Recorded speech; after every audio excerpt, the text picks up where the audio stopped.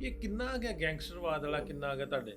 ਮੈਂ ਕੰਪੈਰੀਟਿਵਲੀ ਹਰ ਚੀਜ਼ ਨੂੰ ਵੇਖਦਾ ਵੀ ਸਾਡੇ ਵੀ ਇਹ ਬਹੁਤ ਸੀ 2007 ਤੱਕ, ਫਿਰ ਮੁਕਾ ਕਿਵੇਂ ਉਹ ਵੀ ਤੁਹਾਨੂੰ ਦੱਸ। ਪੰਜਾਬ ਦੀ ਮੈਂ ਗੱਲ ਕਰਾਂਗਾ ਵੀ ਕਿਸ ਤਰ੍ਹਾਂ ਲੈ ਕੇ ਚੱਲਦੇ ਆ ਨਿਊਜ਼ ਚੈਨਲ ਜਿਹੜੇ ਉਹ ਪੰਜਾਬ ਨੂੰ, ਕਿੰਨਾ ਕੁ ਉਹਨਾਂ ਦੀ ਗ੍ਰਿਫਤ ਆ ਚੈਨਲਸ ਦੀ ਜੋ ਕਵਰੇਜ ਕਰਦੇ ਨੇ। ਕਿ ਪਹਿਲਾਂ ਛਪਦੀਆਂ ਸੀ ਅਖਬਾਰਾਂ, ਫਿਰ ਵਿਕਦੀਆਂ ਸੀ। ਹੁਣ ਮੀਡੀਆ ਓਵਰਆਲ ਹੀ ਪਹਿਲਾਂ ਵਿਕਦਾ ਵਾ ਫਿਰ ਛਪਦਾ ਹੈਗਾ ਜੀ। ਚੈਨਲ ਸ਼ੁਰੂ ਕਰਨਾ ਸੌਖਾ, ਚਲਾਉਣਾ ਬਹੁਤ ਔਖਾ। ਕਿਉਂਕਿ ਜਦੋਂ ਲੋਕੀ ਮੈਨੂੰ ਫੋਨ ਕਰਨ, ਯਾਰ ਤੂੰ ਨਾਸਰ ਢਿੱਲੋਂ ਨੂੰ ਨਹੀਂ ਮਿਲਿਆ, ਤੇ ਮੈਂ ਕਿਹਾ ਨਹੀਂ ਯਾਰ ਕੀ ਫਾਇਦਾ ਹੋਇਆ। ਤੁਸੀਂ ਆਂਦੇ ਉਹ ਕੌਣ ਆਈ ਨਹੀਂ ਇਹ ਨਹੀਂ ਗਿਆ। ਮੈਂ ਕਿਹਾ ਨਹੀਂ ਯਾਰ, ਅੱਛਾ ਫਿਰ ਜੇ ਮਿਲਿਆ ਸੱਚੀ ਮਿਲਿਆ ਹੈਗਾ। ਮੈਂ ਕਿਹਾ ਸੱਚੀ ਮਿਲਿਆ ਹੈ ਨਾ। ਸੂਫੀਜ਼ਮ ਤੇ ਗੱਲ ਕੌਣ ਕਰੂਗਾ? ਇੱਕ ਤੇ ਗੱਲ ਸਰਕਾਰਾਂ ਦੇ ਹਿਸਾਬ ਨਾਲ ਹੁੰਦੀ ਆ, ਇੱਕ ਲੋਕ ਕੀ ਸੁਣਦੇ ਹੈਗੇ ਨੇ। ਲੋਕ ਮਸਾਲਾ ਭਾਲਦੇ ਨੇ, ਸਰਕਾਰਾਂ ਤਾਰੀਫ ਸੁਣਨਾ ਚਾਹੁੰਦੀਆਂ ਨੇ। ਪੰਜਾਬੀ ਰੁਜ਼ਗਾਰ ਦੀ ਭਾਸ਼ਾ ਨਾ ਜਿੰਨੀ ਉਨੀ ਕੋਈ ਲੈਂਗੁਏਜ ਨਹੀਂ ਹੋਣੀ। ਸਾਡੇ ਮੈਨੂੰ ਲੱਗਦਾ ਕਿ ਅਣਗਿਣਤੀ ਹੈ ਚੈਨਲ ਭਾਜੀ। ਸਾਡੇ ਤੇ ਸਿੰਗਰ ਵੀ ਅਣਗਿਣਤ ਆ, ਪੱਤਰਕਾਰ ਵੀ ਅਣਗਿਣਤ ਆ ਨਾ। ਵਾਹਗਾ ਬਾਰਡਰ ਤੇ ਨਾ ਸਾਡੇ ਪਾਸੇ ਅਟਾਰੀ, ਤੁਹਾਡੇ ਪਾਸੇ ਵਾਹਗਾ, ਕਿ ਲੋਕਾਂ ਨੂੰ ਭਾਵੇਂ ਨਾ ਪੂਰੇ ਨੰਗੇ ਕਰ ਲਿਆ ਕਰੋ ਵੀ ਆ ਜਿੰਨੀ ਤਲਾਸ਼ੀ ਲੈਣੀ ਲੈ ਲਓ ਯਾਰ, ਕੱਪੜੇ ਜਿੰਨੇ ਲਵਾਉਣ, ਪਰ ਘੱਟੋ ਘੱਟ ਇੱਕ ਦੂਜੇ ਨੂੰ ਮਿਲਣ ਤੋਂ ਨਾ। ਬਹੁਤ ਸਾਰੇ ਜਿਹੜੇ ਨੇ ਲੋਕ ਵਿਛੜਦੇ ਮਰ ਗਏ ਨਾ। ਪ੍ਰੋਗਰਾਮ ਤੇ ਮੇਰਾ ਹੋਣਾ ਹੀ ਆ, ਤੁਸੀਂ ਕਹੋ ਨਾ ਵੀ ਹੁਣ ਜਾਣਾ ਤੇ ਮੈਂ ਹੁਣ ਤੁਹਾਡੇ ਨਾਲ ਤੋਂ ਆਪਾਂ ਘਰ ਵੀ ਨਾ ਦੱਸਾਂ, ਉੱਥੇ ਜਾ ਕੇ ਫੋਨ ਕਰਾਂ ਵੀ ਮੈਂ ਆ ਗਿਆ ਆਪਣੇ ਪਿੰਡ। ਸਿੰਗਰ ਸੀਤੂ ਵਾਲੇ ਆ। ਆਹੋ ਦੱਸੋ। ਨਾ ਭਾਈ ਸਾਹਿਬ ਉਹਨੂੰ ਗੱਲ ਨਹੀਂ ਕਰਨੀ, ਉਹ ਉਸਤਾਦ ਹੈ ਆਪਣਾ। ਸੋਨੂ ਸੀਤੂ ਵਾਲੇ ਨੂੰ ਗੱਲ ਨਹੀਂ ਕਰਨੀ। ਮੈਂ ਨਾ ਅਗਲੀ ਵਾਰ ਨਾ ਗਿੱਲ ਸਾਹਿਬ ਉਹਨਾਂ ਨੂੰ ਦਰਖਾਸਤ ਕਰਾਂਗਾ ਕਿ ਉਹਨਾਂ ਨੂੰ ਲੈ ਕੇ ਉਹ ਸਪੈਸ਼ਲ ਤੇ ਨਾਸਰ ਢਿੱਲੋਂ ਦੇ ਨਾਲ ਰੱਖੋ। अस्सलाम वालेकुम दोस्तों, मैं नासर ढिल्लों, ਤੁਸੀਂ ਜੁੜ ਗਏ ਹੋ ਮੇਰੇ ਹੀ ਪੋਡਕਾਸਟ ਹੈ ਨਾਸਰ ਢਿੱਲੋਂ ਪੋਡਕਾਸਟ ਤੇ। ਵੈਸੇ ਸਾਡੇ ਗਿੱਲ ਸਾਹਿਬ ਨੇ ਸਾਡੇ ਬੜੇ ਬਜ਼ੁਰਗ ਦੋਸਤ, ਸਾਡੇ ਮੁਹੱਬਤ ਵਾਲੇ ਗੁਰਭਜਨ ਗਿੱਲ ਸਾਹਿਬ ਆਂਦੇ ਵੀ ਇਹਦਾ ਨਾਮ ਆ ਲਿਚ ਗੜੀਚੀਆਂ। ਸੋ ਅੱਜ ਦੀਆਂ ਸਾਡੀਆਂ ਲਿਚ ਗੜੀਚੀਆਂ ਜਿਹੜੀਆਂ ਨੇ ਉਹ ਸਾਡੇ ਨਾਲ ਬੜੇ ਸੋਹਣੇ ਪਿਆਰੇ ਜਰਨਲਿਸਟ ਭੁੱਲਰ ਸਾਹਿਬ ਸਾਡੇ ਨਾਲ ਨੇ। ਭੁੱਲਰ ਸਾਹਿਬ ਵੈਲਕਮ ਤੁਹਾਨੂੰ ਅੱਜ ਦੇ ਪੋਡਕਾਸਟ 'ਚ। ਮੈਂ ਦੱਸਦਾ ਜਾਵਾਂ ਵੀ ਭੁੱਲਰ ਸਾਹਿਬ ਨੇ 4 ਕਿਤਾਬਾਂ ਵੀ ਲਿਖੀਆਂ, ਮੁਖਤਲਿਫ ਜਿਹੜੇ ਚੈਨਲਸ ਨੇ ਉਹਨਾਂ ਨਾਲ ਜਰਨਲਿਜ਼ਮ 'ਚ ਰਹੇ ਆ, ਉਹਦੇ 'ਤੇ ਗੱਲਬਾਤ ਵੀ ਕਰਾਂਗੇ। ਸਪੋਕਸਮੈਨ 'ਤੇ ਰਹੇ ਆ, ਫਿਰ ਉਸ ਤੋਂ ਬਾਅਦ ਇਲੈਕਟ੍ਰੋਨਿਕ ਮੀਡੀਆ 'ਤੇ, ਇੰਡੀਆ TV 'ਤੇ, ਹੋਰ ਬਹੁਤ ਸਾਰੇ ਚੈਨਲਸ ਦੇ ਨਾਲ ਇਹਨਾਂ ਕੰਮ ਕੀਤਾ। ਹੁਣ ਆਪਣਾ ਨਾ ਇੰਡੀਪੈਂਡੈਂਟ ਸ਼ੁਰੂ ਕੀਤਾ। ਸੋ ਅੱਜ ਦੀਆਂ ਲਿਚ ਘੜੀਚੀਆਂ ਇਹਨਾਂ ਨਾਲ ਹੋਣੀਆਂ, ਕੁਝ ਖੁੱਲ੍ਹੀਆਂ ਗੱਲਾਂ ਬਾਤਾਂ ਕਰਨੀਆਂ ਆਪਾਂ, ਉੱਧਰ ਦੀਆਂ ਇੱਧਰ ਦੀਆਂ, ਜਿਹੜੀਆਂ ਚੰਗੀਆਂ ਗੱਲਾਂ ਉੱਧਰ ਨੇ, ਜਿਹੜੀਆਂ ਮਾੜੀਆਂ ਇੱਧਰ ਨੇ, ਜਾਂ ਚੰਗੀਆਂ ਇੱਧਰੋਂ ਉੱਧਰ ਲੈ ਕੇ ਚੱਲੇ ਜੇ। ਦੂਜੀ ਵਾਰੀ ਆਏ ਨੇ। ਪਹਿਲਾਂ ਤੇ ਵੈਲਕਮ ਤੁਹਾਨੂੰ, ਲਾਹੌਰ ਦੇ ਵਿੱਚ ਆਪਾਂ ਬੈਠੇ ਹਾਂ ਇਸ ਵੇਲੇ। ਸ਼ੁਕਰੀਆ ਭਾ, ਬਹੁਤ ਬਹੁਤ ਧੰਨਵਾਦ, ਕਿਉਂਕਿ ਮੈਨੂੰ ਚੰਗਾ ਲੱਗਾ ਹੈਗਾ। ਮੈਂ ਜਦੋਂ ਇਹ ਤੀਜਾ ਗੇੜਾ, ਮਤਲਬ ਮੈਂ 3 ਸਾਲ ਦਾ ਹੋ ਗਿਆ ਇੱਥੇ ਨਾ। ਅੱਛਾ। ਤੇ ਪਿਛਲੀ ਵਾਰ ਗਏ ਸੀ ਜਦੋਂ ਲੋਕੀ ਮੈਨੂੰ ਫੋਨ ਕਰਨ, ਯਾਰ ਤੂੰ ਨਾਸਰ ਢਿੱਲੋਂ ਨੂੰ ਨਹੀਂ ਮਿਲਿਆ, ਤੇ ਮੈਂ ਕਿਹਾ ਨਹੀਂ ਯਾਰ ਕੀ ਫਾਇਦਾ ਹੋਇਆ। ਤੁਸੀਂ ਆਂਦੇ ਉਹ ਕੌਣ ਆਈ। ਨਹੀਂ ਇਹ ਨਹੀਂ ਗਿਆ। ਮੈਂ ਕਿਹਾ ਨਹੀਂ ਯਾਰ, ਅੱਛਾ ਫਿਰ ਜੇ ਮਿਲਿਆ ਸੱਚੀ ਮਿਲਿਆ ਹੈਗਾ। ਮੈਂ ਕਿਹਾ ਸੱਚੀ ਮਿਲਿਆ ਹੈ ਨਾ। ਤੇ ਅੱਜ ਵੀ ਤੁਸੀਂ ਜਦੋਂ ਆਪਣੀ ਫੋਟੋ ਰਾਜ ਧਾਲੀਵਾਲ ਖਿੱਚੀ ਤੇ ਮੈਨੂੰ ਫੋਨ ਤੇ ਤੁਹਾਡੀ ਫੋਟੋ ਸਕਰੀਨਸ਼ਾਟ ਲੈ ਕੇ ਇੰਸਟਾਗ੍ਰਾਮ ਤੇ ਤੁਸੀਂ ਲਾਹੌਰ ਗਏ, ਸਾਨੂੰ ਦੱਸਿਆ ਨਹੀਂ ਹੈਗਾ। ਤੁਸੀਂ ਨਾਸਰ ਭਾ ਨੂੰ ਮਿਲੇ ਹੈਗੇ। ਤੁਹਾਨੂੰ ਬਹੁਤ ਪਿਆਰ ਕਰਦੇ ਨੇ, ਬਹੁਤ ਜ਼ਿਆਦਾ, ਵਰਲਡ ਵਾਈਡ ਇੰਨਾ ਪਿਆਰ ਕਰਦੇ ਨੇ ਤੁਹਾਨੂੰ। ਤੇ ਕਹਿੰਦੇ ਨੇ ਕਿ ਤੁਸੀਂ ਵਿਸ਼ਿਆਂ ਨੇ ਮਨਾਉਣ, ਆਪਸ ਵਿੱਚ ਮਿਲਾਉਣ ਵਾਲੇ ਇੱਕ ਮਸੀਹਾ ਦੇ ਤੌਰ ਤੇ ਤੁਹਾਨੂੰ ਦੇਖਦੇ ਹੈਗੇ ਨੇ। ਤੇ ਜਿਹੜੀਆਂ ਲਿਚ ਗੜੀਚੀਆਂ, ਕੁਝ ਚੰਗੀਆਂ ਵੀ ਕਰਾਂਗੇ, ਕੁਝ ਮਾੜੀਆਂ। ਤੇ ਜਿਨ੍ਹਾਂ ਨੇ ਨਾਮ ਰੱਖਿਆ ਉਹਨਾਂ ਨੇ ਸਾਡੇ ਚੈਨਲ ਜਿਹੜਾ ਸੀ ਐਂਟਰਟੇਨਮੈਂਟ ਨੂੰ ਲੈ ਕੇ ਸ਼ੁਰੂ ਕੀਤਾ, ਗਿੱਲ ਸਾਹਿਬ, ਕਿਉਂਕਿ ਬਹੁਤ ਵੱਡੇ ਸਾਡੇ ਸ਼ਾਇਰ ਨੇ ਗੁਰਭਜਨ ਗਿੱਲ ਸਾਹਿਬ, ਤੇ ਉਹਨਾਂ ਨੇ ਰੱਖਿਆ ਜੋ ਰੱਖਣਾ ਸੀ ਚੈਨਲ ਦਾ ਨਾਮ। ਤੇ ਪਹਿਲਾਂ 5-7 ਸੋਚੇ, ਮੈਂ ਚਲੋ 5 ਚੋਂ ਕਿਹੜਾ ਰੱਖੀਏ, ਕਿਉਂਕਿ ਕਿਤੇ ਨਿਆਣਾ ਨਾ ਚੈਨਲ ਅਜੇ, ਤੇ ਨਿਆਣਿਆਂ ਦਾ ਨਾਮ ਬਜ਼ੁਰਗ ਰੱਖਣ ਤੇ ਚੰਗੀ ਵਧੀਆ ਰਹਿੰਦੇ ਹੈਗੇ। ਤੇ ਇਸ ਕਰਕੇ ਸਾਡਾ ਵੀ ਉਹਨਾਂ ਨੇ ਅਕਸ ਉਹਨਾਂ ਹੀ ਰੱਖਿਆ ਨਾਮ ਹੈਗਾ। ਤੇ ਅੱਜ ਦਾ ਪ੍ਰੋਗਰਾਮ ਦਾ ਵੀ ਨਾਮ, ਮੈਂ ਵੈਸੇ ਪੋਡਕਾਸਟ ਆਉਂਦਾ ਹੈ ਵੀ ਪੋਡਕਾਸਟ ਨਹੀਂ, ਮੈਂ ਕਿਹਾ ਗਿੱਲ ਸਾਹਿਬ ਤੁਹਾਡੇ ਨਾਲ ਆਪਾਂ ਰਿਕਾਰਡਿੰਗ ਕਰਨੀ ਹੈ ਤਾਂ ਕੀ ਕਰਨਾ। ਮੈਂ ਕਿਹਾ ਪੋਡਕਾਸਟ ਆਉਂਦਾ ਲਿਚ ਗੜੀਚੀਆਂ। ਆਉਂਦਾ ਵੀ ਤੈਨੂੰ ਪਤਾ ਇਹਦਾ ਪੰਜਾਬੀ ਤਰਜਮਾ ਕੀ ਹੈ? ਵਾਕਈ ਮੈਨੂੰ ਨਹੀਂ ਪਤਾ ਇਹਦਾ ਪੰਜਾਬੀ 'ਚ ਕੀ ਆਂਦੇ। ਆਂਦਾ ਇਹਨੂੰ ਲਿਚ ਗੜੀਚੀਆਂ ਆਂਦੇ। ਲਿਚ ਗੜੀਚੀਆਂ। ਸੋ ਪੋਡਕਾਸਟ ਜਿਹੜਾ ਵਾ ਇਹ ਅਸਲ 'ਚ ਪੰਜਾਬੀ 'ਚ ਆਪਾਂ ਕਹੋ ਵੀ ਗਿੱਲ ਸਾਹਿਬ ਦੇ ਮੁਤਾਬਕ ਲਿਚ ਗੜੀਚੀਆਂ। ਲਿਚ ਗੜੀਚੀਆਂ। ਉਹ ਮੈਨੂੰ ਲੱਗਦਾ ਕਿ ਕਿਸੇ ਡਿਕਸ਼ਨਰੀ 'ਚ ਨਾਮ ਵੀ ਨਹੀਂ ਹੋਣਾ ਲਿਚ ਗੜੀਚੀਆਂ। ਆਕਸਫੋਰਡ ਵਾਲੇ ਵੀ ਫੀਲ ਕਰਦੇ ਆ, ਜਿਨ੍ਹਾਂ ਦੇ ਕਈ ਇੰਨੇ ਐਡੀਸ਼ਨ ਆ ਗਏ ਨੇ। ਅੱਛਾ ਭੁੱਲਰ ਸਾਹਿਬ, ਪਹਿਲਾਂ ਤਾਂ ਦੱਸਿਓ ਵੀ ਕਿਹੜੇ ਕਿਹੜੇ ਚੈਨਲ ਨਾਲ ਰਹੇ ਹੋ, ਤੇ ਮੈਂ ਜਿੰਨਾ ਕੁ ਮੈਂ ਵੇਖਿਆ ਵੀ ਤੁਸੀਂ ਕਰੰਟ ਅਫੇਅਰਸ ਨੂੰ ਲੈ ਕੇ ਜ਼ਿਆਦਾ ਤੁਹਾਡਾ ਹੁੰਦਾ ਚੈਨਲ। ਜੀ ਬਿਲਕੁਲ ਜੀ। ਤੇ ਵੈਸੇ ਜਿਹੜੀ ਮੈਂ ਪੜ੍ਹਿਆ ਜੀ, ਕਿਉਂਕਿ ਲਾਇਲਪੁਰ ਖਾਲਸਾ ਕਾਲਜ ਜਲੰਧਰ ਆ ਜਿਹੜਾ, ਲਾਹੌਰ ਦੇ ਵਿੱਚ ਹੀ। ਸਾਡੇ ਸ਼ਹਿਰ ਤੋਂ, ਹਾਂ। ਸਾਡੇ ਲੈਲਪੁਰ ਤੋਂ। ਹਾਂ ਅਸੀਂ ਥੋੜੇ ਦਿਨ ਪਹਿਲੇ ਉਹਦੀ ਇੱਕ ਵਲੌਗ ਬਣਾ ਕੇ ਪਾਇਆ ਅੱਛਾ ਜੀ। ਵੀ ਜਿਹੜੇ ਉੱਥੋਂ ਦੇ ਪ੍ਰੋਫੈਸਰਸ ਨੇ, ਜਿਹੜੇ ਉੱਥੋਂ ਦੇ ਪ੍ਰਿੰਸੀਪਲ ਸਾਹਿਬ ਨੇ, ਹੁਣ ਉਹ ਪੋਸਟ ਗ੍ਰੈਜੂਏਟ ਕਾਲਜ ਬਣ ਗਿਆ। ਹਾਂਜੀ ਹਾਂਜੀ ਹਾਂਜੀ। ਤੇ ਉਹ ਅੱਜ ਵੀ ਪ੍ਰਾਈਜ਼ ਕਰਦੇ ਨੇ, ਉਹਦੀ ਤਾਰੀਫ ਕਰਦੇ ਨੇ, ਜਿਨ੍ਹਾਂ ਨੇ 119 ਕਨਾਲ ਜ਼ਮੀਨ, ਉਹ ਜਗ੍ਹਾ ਜਿਹੜੀ ਹੁਣ ਉੱਥੇ ਇੱਕ ਮਰਲਾ ਜਿਹੜਾ ਵਾ ਉਹ ਤਕਰੀਬਨ ਕੋ 2 ਕਰੋੜ ਦਾ ਹੋਣਾ ਜੀ। ਏਡੀ ਮਹਿੰਗੀ ਪ੍ਰਾਪਰਟੀ ਉਹਨਾਂ ਨੇ ਦਾਨ ਕੀਤੀ ਵੀ ਸਿਰਫ ਐਜੂਕੇਸ਼ਨ ਸੈਕਟਰ ਨੂੰ, ਵੀ ਬੱਚੇ ਪੜ੍ਹਨ। ਬਿਲਕੁਲ ਸਾਡੇ ਆਂਢ ਗੁਆਂਢ 119 ਕਨਾਲ। ਕਮਾਲ ਆ ਨਾ ਜੀ, ਕਿੰਨਾ ਹੌਸਲਾ ਹੈ, ਦਿਲ ਕਿੱਡਾ ਵੱਡਾ ਹੈ ਨਾ ਉਹਨਾਂ ਦੀ ਅੱਜ ਵੀ। ਫਿਰ ਉਹਨਾਂ ਨੇ ਉਹਨਾਂ ਦੀ ਹੁਣ, ਕਿਉਂਕਿ ਜਿਵੇਂ ਸੋਸ਼ਲ ਮੀਡੀਆ ਆ ਗਿਆ ਨਾ, ਤੇ ਆਸੇ-ਪਾਸੇ ਦੇ ਰਾਬਤੇ ਹੋਣ ਲੱਗ ਪਏ। ਉਹਨਾਂ ਨੇ ਫਿਰ ਉਹਨਾਂ ਬਜ਼ੁਰਗਾਂ ਦੀ ਫੋਟੋ ਮੰਗਵਾ ਕੇ, ਜਿਨ੍ਹਾਂ ਨੇ ਦਾਨ ਕੀਤੀ ਸੀ ਇੰਡੀਆ ਤੋਂ, ਉਹਨਾਂ ਦੇ ਪੋਤਰਿਆਂ ਨੇ ਫੋਟੋ ਭੇਜੀ। ਉਹਨਾਂ ਨੇ ਪ੍ਰਿੰਸੀਪਲ ਨੇ ਆਪਣੇ ਆਫਿਸ 'ਚ ਲਾਈ, ਜਿੰਨੇ ਬੱਚੇ ਉਹਦੇ ਨੂੰ ਦੱਸਦੇ ਆ ਵੀ ਆਹ ਸਰਦਾਰ ਸਾਹਿਬ ਨੇ ਜਿਨ੍ਹਾਂ ਨੇ ਪੈਲੀ ਦਾਨ ਕੀਤੀ। ਕਿੱਡੀ ਵੱਡੀ ਗੱਲ ਹੈ, ਦੇਖੋ ਜਿਗਰੇ ਵਾਲੀ ਗੱਲ ਹੁੰਦੀ ਨਾ। ਔਰ ਕਿਉਂਕਿ ਐਜੂਕੇਸ਼ਨ ਬੜੀ ਜ਼ਰੂਰੀ ਹਰ ਇੱਕ ਵਾਸਤੇ। ਤੇ ਮੈਂ ਉਤੋਂ MA ਪੰਜਾਬੀ ਦੀ ਕੀਤੀ ਜੀ, ਫਿਰ ਪੱਤਰਕਾਰੀ ਦੇ ਵਿੱਚ ਆ ਗਏ, ਅਜੀਤ ਅਖਬਾਰ, ਫਿਰ ਦੇਸ਼ ਸੇਵਕ, ਫਿਰ ਸਪੋਕਸਮੈਨ। 12 ਸਾਲ ਮੈਂ ਪ੍ਰਿੰਟ ਦੇ ਵਿੱਚ ਕੰਮ ਕੀਤਾ। ਉਸ ਤੋਂ ਬਾਅਦ ਮੈਂ 2013 ਦੇ ਵਿੱਚ day and night news channel ਸੀ, ਉਹ ਕੰਵਰ ਸੰਧੂ ਸਾਹਿਬ ਹੋਣਾ ਸ਼ੁਰੂ ਕੀਤਾ ਸੀ। ਬੜੇ ਨਾਮੀ ਜਰਨਲਿਸਟ ਨੇ, India today, Hindustan time, Indian express, ਉਹਨਾਂ ਨਾਲ ਕੰਮ ਕੀਤਾ। ਫਿਰ ਉਹ 2017 ਵਿੱਚ ਉਹ ਆਮ ਆਦਮੀ ਪਾਰਟੀ ਦੇ MLA ਵੀ ਬਣ ਗਏ ਸੀ, ਤੇ ਹੁਣ ਵੀ ਉਹ ਆਪਣਾ ਕੰਮ ਚਲਾ ਰਹੇ ਨੇ। ਸਿਆਸਤ ਤੋਂ ਦੂਰ ਹੀ ਹੋ ਗਏ ਨੇ, ਪਰ ਪੰਜਾਬ ਦੀ ਸਿਆਸਤ ਤੇ ਦੇਸ਼ ਦੀ ਸਿਆਸਤ ਤੇ ਆਪਣੇ ਵਿਚਾਰ ਰੱਖਦੇ ਰਹਿੰਦੇ ਨੇ। ਫਿਰ ਮੈਂ ਜੀ ਨਿਊਜ਼ ਦੇ ਵਿੱਚ ਰਿਹਾ ਜੀ, as bureau chief, India news, news X ਦੇ ਵਿੱਚ। ਫਿਰ ਅਸੀਂ ਆਪਣਾ ਸ਼ੁਰੂ ਕੀਤਾ, ਇੱਕ ਤੇ ਖਬਰਾਂ ਦੇ ਜਿਹੜੇ ਕਰੰਟ ਅਫੇਅਰਸ ਹੈਗੇ ਨੇ, ਉਹਦਾ ਨਾਮ ਰੱਖਿਆ ਸੀ ਅਸੀਂ ABC ਪੰਜਾਬ। ਉਹ ਬੜੇ ਉਹਨੂੰ ABC ਨੂੰ ਬੜੇ ਡਿਫਾਈਨਡ ਕਰਦੇ ਨੇ। ਮੈਂ ਤਾਂ ਜਿਹੜਾ ਡਿਫਾਈਨਡ ਕੀਤਾ ਹੈਗਾ ABC ਮਤਲਬ ਜ਼ਿੰਦਗੀ ਦੀ ਸ਼ੁਰੂਆਤ। ਤੇ ਕਈ ਬੜੇ ਪਿਆਰ ਕਰਦੇ ਨੇ ਸਾਨੂੰ ਜਾਂ ਚੈਨਲ ਦੇ ਜ਼ਰੀਏ, ਕਹਿੰਦੇ ABC ਪੰਜਾਬ, ਇੱਕ ਇਹ ਵੀ ਪੰਜਾਬ ਸੀ ਨਾ ਜੀ, ਹਰ ਇੱਕ ਦਾ ਆਪਣਾ ਆਪਣਾ। ਤੇ ਫਿਰ ਅਸੀਂ ਨਾਲ ਇਹ ਸ਼ੁਰੂ ਕਰ ਲਿਆ ਅਕਸ, ਜਿਹੜਾ ਗਿੱਲ ਸਾਹਿਬ ਨੇ ਨਾਮ ਰੱਖਿਆ। ਇਹਦੇ 'ਚ ਅਸੀਂ ਪੰਜਾਬੀ ਗੀਤ ਸੰਗੀਤ, ਪੰਜਾਬੀ ਲਿਟਰੇਚਰ ਦੇ ਨਾਲ ਜੁੜੀਆਂ ਹੋਈਆਂ ਜਿਹੜੀਆਂ ਹਸਤੀਆਂ ਨੇ, ਉਹਨਾਂ ਦੀਆਂ ਦਿਲ ਦੀਆਂ ਗੱਲਾਂ ਸੁਣੀਦੀਆਂ ਹੈਗੀਆਂ ਜੀ। ਤੇ ਹੁਣ ਆਪਣੇ ਮੈਂ ਉਹ ਪਿਛਲੇ ਦਿਨੀ ਸ਼ਮਸ਼ੇਰ ਸੰਧੂ ਸਾਹਿਬ ਦਾ ਵੇਖਿਆ ਸੀ ਇੱਕ ਰੀਲ, ਕਿਉਂਕਿ ਹੁਣ ਦੌਰ ਜਿਹੜਾ ਨਾ ਉਹ ਲੌਂਗ ਵੀਡੀਓਜ਼ ਤੇ ਚੱਲਦੀਆਂ। ਹਾਂਜੀ ਹਾਂਜੀ। ਲੇਕਿਨ ਰੀਲਾਂ ਧੱਕੋ ਧੱਕੀ ਤੁਹਾਡੇ ਸਾਹਮਣੇ ਆ ਜਾਂਦੀਆਂ। ਜਿਨ੍ਹਾਂ ਦਾ ਤੁਹਾਡਾ ਇੰਟਰਸਟ ਹੁੰਦਾ ਨਾ, ਮੈਨੂੰ ਲੱਗਦਾ ਵੀ ਉਹਨਾਂ ਦਾ AI ਕੰਮ ਕਰਦੀ ਆ, ਵੀ ਜੋ ਤੁਸੀਂ ਸੋਚਦੇ, ਜੋ ਤੁਸੀਂ ਤੁਹਾਡਾ ਇੰਟਰਸਟ ਹੈ, ਉਹ ਤੁਹਾਡੇ ਸਾਹਮਣੇ ਤੁਹਾਨੂੰ ਸ਼ੋ ਹੋ ਜਾਂਦਾ। ਤੇ ਮੈਂ ਸ਼ਮਸ਼ੇਰ ਸੰਧੂ ਸਾਹਿਬ ਦਾ, ਉਹਨਾਂ ਦਾ ਸਾਡੇ ਇੱਧਰ ਬਹੁਤ ਚੱਲਿਆ ਗਾਣਾ, ਚੱਲਦਾ ਰਿਹਾ, ਹੁਣ ਤੱਕ ਵੀ ਚੱਲਦਾ ਜੀ ਜੀ। ਤੂੰ ਨਹੀਂ ਬੋਲਦੀ ਰਕਾਨੇ, ਤੂੰ ਨਹੀਂ ਬੋਲਦੀ, ਤੇਰਾ ਯਾਰ ਬੋਲਦਾ। ਅਸਲ ਦੇ ਵਿੱਚ ਉਹ ਸਾਡੇ ਬਹੁਤ ਵੱਡੇ ਗੀਤਕਾਰ ਨੇ ਤੇ ਬਹੁਤ ਵੱਡੇ ਗੁਲਕਾਰ, ਫਨਕਾਰ ਨਾ, ਸਿੰਗਰ ਸੁਰਜੀਤ ਬਿੰਦਰਖੀਆ, ਇਹਨਾਂ ਦੀ ਦੋਨਾਂ ਦੀ ਬਹੁਤ ਜੋੜੀ ਨੇ। ਤੇ ਜਿਹੜੇ ਸ਼ਮਸ਼ੇਰ ਸੰਧੂ ਸਾਹਿਬ, ਇੱਕ ਤੇ ਉਹਨਾਂ ਦੀ ਜੋੜੀ ਕਰ ਇੱਕ ਬਹੁਤ ਵੱਡੇ ਗੀਤਕਾਰ ਵੀ, ਤੇ ਬਹੁਤ ਉਹਨਾਂ ਕੋਲ ਇੱਕ ਅਜਿਹਾ ਹੈ ਨਾ ਜੀ, ਕਹਿ ਸਕਦੇ ਕਿ ਪੰਜਾਬੀ ਗੀਤ ਸੰਗੀਤ ਦੀ ਵਿਰਾਸਤ ਸੰਭਾਲ ਕੇ ਰੱਖੀ ਉਹਨਾਂ ਨੇ। ਔਰ ਇੰਨੀ ਉਹਨਾਂ ਕੋਲ ਭਰਪੂਰ ਜਾਣਕਾਰੀ ਹੈ। ਤੇ ਉਹਨਾਂ ਨੂੰ ਅਸੀਂ ਕਹਿੰਦੇ ਪੰਜਾਬੀ ਗੀਤ ਸੰਗੀਤ ਦਾ ਗੂਗਲ ਹੈ ਨਾ, ਇਨਸਾਈਕਲੋਪੀਡੀਆ ਜਿਹਨੂੰ ਕਹਿੰਦੇ, ਜਾਂ ਡਿਕਸ਼ਨਰੀ ਕਹਿੰਦੇ। ਤੇ ਤੁਸੀਂ ਕਿਸੇ ਵੀ ਬਾਰੇ ਪੁੱਛ ਲਓ। ਔਰ ਉਹਨਾਂ ਦੀ ਕਿਤਾਬ ਵੀ ਹੈ।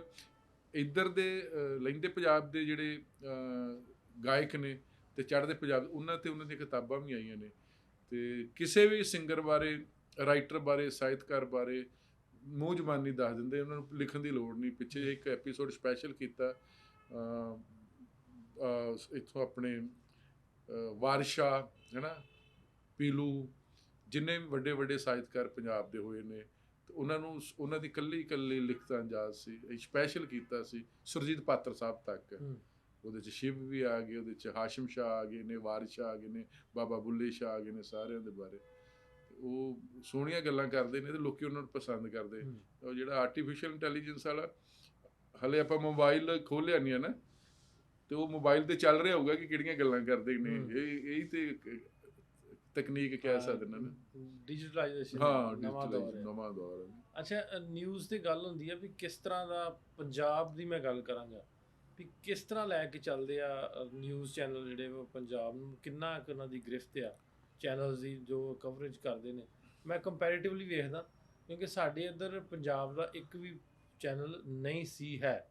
ਇਹ ਮੈਂ ਤੁਹਾਨੂੰ ਬਾਅਦ 'ਚ ਜਵਾਬ ਦੂੰਗਾ, ਪਹਿਲਾਂ ਤੁਸੀਂ ਥੋੜ੍ਹਾ ਜਿਹਾ ਦੱਸੋ। ਮੈਂ ਸਮਝ ਗਿਆ ਕਿ ਮੈਂ ਥੱਲੇ ਕੋਈ ਅੱਜ ਪ੍ਰੋਗਰਾਮ ਸੀ ਸੂਫੀਜ਼ਮ ਤੇ ਡਿਜੀਟਲ ਮੀਡੀਆ ਨਾ, ਤੇ ਮੈਂ ਕਿਹਾ ਸੂਫੀਜ਼ਮ ਤੇ ਗੱਲ ਕੌਣ ਕਰੂਗਾ। ਇੱਕ ਤੇ ਗੱਲ ਸਰਕਾਰਾਂ ਦੇ ਹਿਸਾਬ ਨਾਲ ਹੁੰਦੀ ਆ। ਇੱਕ ਲੋਕ ਕੀ ਸੁਣਦੇ ਹੈਗੇ ਨੇ, ਲੋਕ ਮਸਾਲਾ ਭਾਲਦੇ ਨੇ, ਸਰਕਾਰਾਂ ਤਾਰੀਫ ਸੁਣਨਾ ਚਾਹੁੰਦੀਆਂ ਨੇ। ਤੇ ਉਹ ਕਹਿ ਰਹੇ ਕਿ ਸੂਫੀਜ਼ਮ ਤੇ ਕੰਮ ਕਿੰਨਾ ਕੀ ਹੋਇਆ। ਮੈਂ ਕਿਹਾ ਮੈਂ ਨਾ ਮਾਤਰ ਹੋਇਆ ਕੰਮ, ਹੋਇਆ ਨਹੀਂ ਹੈ ਨਾ। ਬਾਬਾ ਫਰੀਦ ਸ਼ਾਹ ਤੋਂ ਲੈ ਕੇ ਗੁਲਾਮ ਫਰੀਦ ਸਾਹਿਬ ਤੱਕ ਕਿੱਥੇ ਕੰਮ ਹੋਇਆ। ਇੰਨੇ ਸਾਡੇ ਸੂਫੀ ਸੰਤ ਪੀਰ ਪੈਗੰਬਰ ਨੇ। ਤੇ ਸਾਡੇ ਤੇ ਉੱਧਰ ਇਹ ਚੱਲਦਾ ਵਾ ਕਿ ਆਮ ਹੀ ਲੋਕੀ ਮੀਡੀਆ ਨੂੰ ਲੈ ਕੇ ਵੰਨ-ਸੁਵੰਨੀਆਂ ਗੱਲਾਂ ਕਰਦੇ ਕਿ ਪਹਿਲਾਂ ਛਪਦੀਆਂ ਸੀ ਅਖਬਾਰਾਂ, ਫਿਰ ਵਿਕਦੀਆਂ ਸੀ। ਹੁਣ ਮੀਡੀਆ ਓਵਰਆਲ ਹੀ ਪਹਿਲਾਂ ਵਿਕਦਾ ਵਾ ਫਿਰ ਛਪਦਾ ਹੈਗਾ ਜੀ। ਤੇ ਇਸ ਕਰਕੇ ਬਹੁਤ ਸ਼ਾਇਦ ਪ੍ਰਿੰਟ ਮੀਡੀਆ ਇਲੈਕਟ੍ਰੋਨਿਕ ਮੀਡੀਆ ਤੋਂ ਬਾਅਦ ਲੋਕਾਂ ਨੇ ਡਿਜੀਟਲ ਮੀਡੀਆ ਤੇ ਭਰੋਸਾ ਕੀਤਾ ਹੈਗਾ। ਤੇ ਜੇ ਡਿਜੀਟਲ ਮੀਡੀਆ ਚਲਾਉਣ ਵਾਲੇ ਜੇ ਸਰਕਾਰਾਂ ਤੱਕ ਤਾਕ ਰੱਖਣਗੇ, ਟੇਕ ਰੱਖਣਗੇ, ਫਿਰ ਉਹ ਵੀ ਉਹਨਾਂ ਦੇ ਕੰਟਰੋਲ 'ਚ ਆ ਜਾਣਗੇ। ਤੇ ਬੰਧੂਆ ਮਜ਼ਦੂਰ ਜੀ ਵਾਲੀ ਗੱਲ ਰਹਿ ਗਈ ਮੀਡੀਆ ਤੇ ਪੱਤਰਕਾਰਾਂ ਦੀ, ਕਿਉਂਕਿ ਕਮਰਸ਼ਲਾਈਜੇਸ਼ਨ ਹੈ ਨਾ ਗੱਲ। ਤੇ ਜਿੰਨੇ ਪੈਸਾ ਲਾਇਆ, ਕਰੋੜਾਂ ਰੁਪਏ ਦੇ ਚੈਨਲ ਸ਼ੁਰੂ ਕੀਤੇ, ਕਰੋੜਾਂ ਰੁਪਏ ਦੇ ਅਖਬਾਰ ਸ਼ੁਰੂ ਕੀਤੇ, ਉਹਨੇ ਲੋਕ ਸੇਵਾ ਤੇ ਹੈ ਨਹੀਂ ਹੈ। ਤੇ ਕਰੋਨਾ ਕਾਲ ਤੋਂ ਬਾਅਦ ਬਹੁਤ ਜ਼ਿਆਦਾ ਸੱਟ ਵੱਜੀ ਹੈਗੀ ਨੇ। ਹੁਣ ਲਗਭਗ 90 ਕੀ ਲਗਭਗ ਹੀ ਸਰਕਾਰਾਂ ਤੇ ਬਹੁਤ ਸਾਰਾ ਮੀਡੀਆ ਨਿਰਭਰ ਹੋ ਗਿਆ ਜੀ। ਤੇ ਲੋਕਾਂ ਦੀ ਗੱਲ ਸਰਕਾਰੀ ਮੀਡੀਆ ਹੋ ਗਿਆ। ਹਾਂ ਸਰਕਾਰੀ, ਮੈਂ ਤੇ ਕਹਿੰਦਾ ਕਿ ਸਰਕਾਰੀ ਮੀਡੀਆ ਨਹੀਂ ਕਿ ਔਰ ਲੀਗਲਾਈਜ਼ ਪੀਲੀ ਪੱਤਰਕਾਰੀ ਹੋ ਗਈ। ਕਿਉਂਕਿ ਸਰਕਾਰਾਂ ਦੀ ਐਡ ਹੀ ਛਪ ਰਹੀ ਹੈਗੀ। ਤੇ ਜੇ ਸਰਕਾਰਾਂ ਲੱਖਾਂ ਰੁਪਏ ਦੀ ਐਡ ਦਿੰਦੀ ਤੇ ਫਿਰ ਨੁਕਤਾਚੀਨੀ ਨਹੀਂ ਸਰਕਾਰ ਚੱਲਦੀ ਨਾ। ਇਸ ਕਰਕੇ ਫਿਰ ਲੋਕਾਂ ਦੀ ਆਵਾਮ ਦੀ ਗੱਲ ਨਹੀਂ ਹੁੰਦੀ। ਪਰ ਅਸੀਂ ਕੋਸ਼ਿਸ਼ ਕਰਦੇ ਰਹੀਦਾ ਕਿ ਘੱਟੋ ਘੱਟ ਲੋਕ ਮੁੱਦਿਆਂ ਤੇ ਗੱਲ ਹੋਵੇ, ਲੋਕ ਸਰੋਕਾਰਾਂ ਦੀ ਤੇ ਗੱਲ ਹੋਵੇ ਨਾ। ਤੇ ਹੰਬਲਾ ਜਿਹਾ ਮਾਰਦੇ ਰਹੀਦਾ ਹੈਗਾ ਜੀ।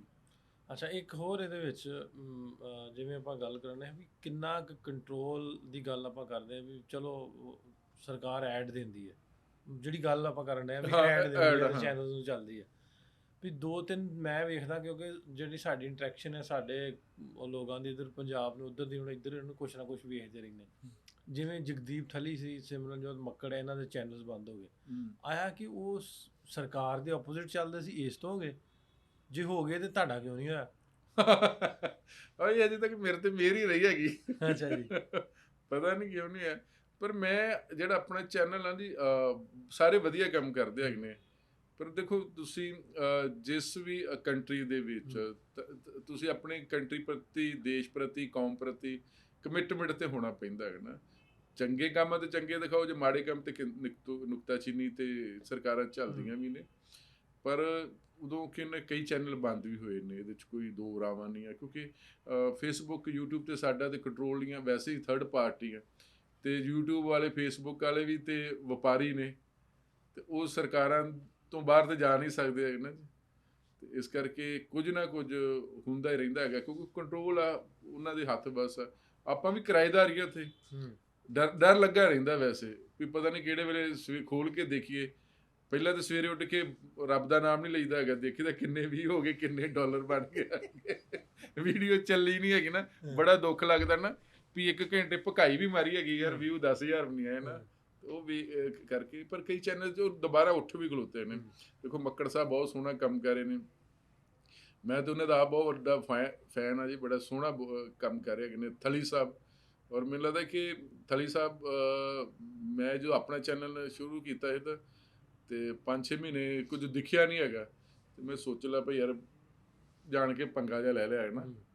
ਫਿਰ ਥਲੀ ਸਾਹਿਬ ਮਿਲੇ ਤੇ ਉਹਨੇ ਕਿਹਾ ਨਹੀਂ ਇੱਦਾਂ ਕੰਮ ਕਰੋ ਤੁਸੀਂ, ਤੇ ਫਿਰ ਤੁਹਾਡਾ ਚੱਲ ਪਊਗੀ ਗੱਡੀ। ਹੁਣ ਰੱਬ ਦੀ ਕਿਰਪਾ ਨਾਲ ਗੱਡੀ ਚੱਲ ਪਈ ਹੈਗੀ ਨਾ। ਅੱਛਾ, ਇਹਦੇ ਤੇ ਇੱਕ ਗੱਲ ਹੋਰ ਵੀ ਹੈ, ਜਿਹੜੇ ਜਰਨਲਿਸਟ ਮਤਲਬ ਸਾਡੇ ਵਾਲੇ ਪਾਸੇ ਇਸ ਤਰ੍ਹਾਂ ਵਾ ਵੀ ਜਿੰਨੇ YouTube ਚੈਨਲਸ ਨੇ ਨਾ ਜਿਹੜੇ ਕਰੰਟ ਅਫੇਅਰਸ ਨੂੰ ਕਰਦੇ ਨੇ, ਮੈਂ ਉਹ ਗੱਲ ਪਹਿਲਾਂ ਹੋਰ ਪਾਸੇ ਤੋਰੀ ਸੀ। ਪਹਿਲਾਂ ਸਾਡੇ ਤੇ ਪੰਜਾਬ ਦਾ ਚੈਨਲ ਕੋਈ ਨਹੀਂ ਪੰਜਾਬੀ ਦਾ। ਅੱਛਾ, ਹੁਣ ਜਦੋਂ ਦੀ ਅਸੀਂ ਦੂਜੀ ਇੰਟਰਨੈਸ਼ਨਲ ਪੰਜਾਬੀ ਕਾਨਫਰੰਸ ਕਰਵਾਈ ਆ ਤੇ ਉਹ ਪੂਰੀ ਦੁਨੀਆ ਤੱਕ ਉਹ ਬਹੁਤ ਸੋਹਣਾ ਉਪਰਾਲਾ ਕੀਤਾ, ਉਹਦਾ ਨਾਮ ਪਹੁੰਚਿਆ। ਤੇ ਹੁਣ 2-3 ਚੈਨਲ ਤੇ ਲਾਂਚ ਕਰਦੇ ਆ ਵੱਡੇ ਚੈਨਲਾਂ ਨੇ। ਅੱਛਾ, ਤੇ 2-3 ਹੋਰ ਵੱਡੇ ਚੈਨਲ ਜਿਹੜੇ ਟੌਪ ਦੇ ਨੇ, ਮਤਲਬ ਮੈਨੂੰ ਜਾਂ ਵੱਟੂ ਸਾਹਿਬ ਨੂੰ ਹੋਰ ਕਰਦੇ ਨੇ, ਪਹੁੰਚ ਕਰਦੇ ਨੇ ਵੀ ਅਸੀਂ ਪੰਜਾਬੀ ਦਾ ਚੈਨਲ ਲਾਂਚ ਕਰਨਾ ਚਾਹ ਰਹੇ ਹਾਂ। ਸੈਟੇਲਾਈਟ? ਹਾਂਜੀ, ਸੈਟੇਲਾਈਟ। ਅੱਛਾ, ਵਾਹ, ਗ੍ਰੇਟ। ਤੇ ਉਹਦੇ ਵਿੱਚ ਮੈਨੂੰ ਲੱਗਦਾ ਵੀ ਕਿਤੇ ਨਾ ਕਿਤੇ ਜਿੱਤੀਏ। ਮੈਨੂੰ ਲੱਗਦਾ ਵੀ ਇਹਨਾਂ ਨੂੰ ਲੱਗਦਾ ਵੀ ਹੁਣ ਇਸ ਪਾਸੇ ਸਾਨੂੰ ਆਉਣਾ ਪਏਗਾ ਤੇ ਪੰਜਾਬੀ ਚੈਨਲ ਜਿਹੜੇ ਨਾ ਸਾਨੂੰ ਬਣਾਉਣੇ ਚਾਹੀਦੇ। ਨਹੀਂ, ਬੜਾ ਜ਼ਰੂਰੀ। ਮੈਂ ਨਾ ਭਾਈ ਸਾਡੇ ਚੀਫ ਮਿਨਿਸਟਰ ਰਹੇ ਨੇ ਕੈਪਟਨ ਅਮਰਿੰਦਰ ਸਿੰਘ, ਤੇ ਉਹਨਾਂ ਦੀ ਸਟੇਟਮੈਂਟ ਅਸੀਂ ਤੇ ਬੜਿਆਂ ਨੇ ਰੈਕਟ ਕੀਤਾ ਹੋਇਆ ਸੀ। ਉਹ ਜਦੋਂ ਚੀਫ ਮਿਨਿਸਟਰ ਸੀ ਤੇ ਕਹਿੰਦੇ ਕਿ ਪੰਜਾਬ ਦੇ ਵਿੱਚ ਆਪਾਂ ਆ ਵੀ ਲੈਂਗੁਏਜ ਸਿਖਾਵਾਂਗੇ, ਆ ਵੀ ਸਿਖਾਵਾਂਗੇ, ਚੀਨ ਦੀ ਲੈਂਗੁਏਜ ਵੀ ਸਿਖਾਵਾਂਗੇ। ਹੁਣ ਮੇਰੇ ਖਿਆਲ ਨੂੰ ਮੈਂਡਰਿਨ ਕਹਿੰਦੇ ਕੁਛ ਨਾ, ਤੇ ਪੰਜਾਬੀ ਰੁਜ਼ਗਾਰ ਦੀ ਨਹੀਂ ਭਾਸ਼ਾ ਨਾ ਜੀ। ਮੈਂ ਕਹਿੰਦਾ ਕਿ ਇਸ ਟਾਈਮ ਜਿੰਨੀ ਪੰਜਾਬੀ ਰੁਜ਼ਗਾਰ ਦੀ ਭਾਸ਼ਾ ਨਾ, ਜਿੰਨੀ ਉਨੀ ਕੋਈ ਲੈਂਗੁਏਜ ਨਹੀਂ ਹੋਣੀ।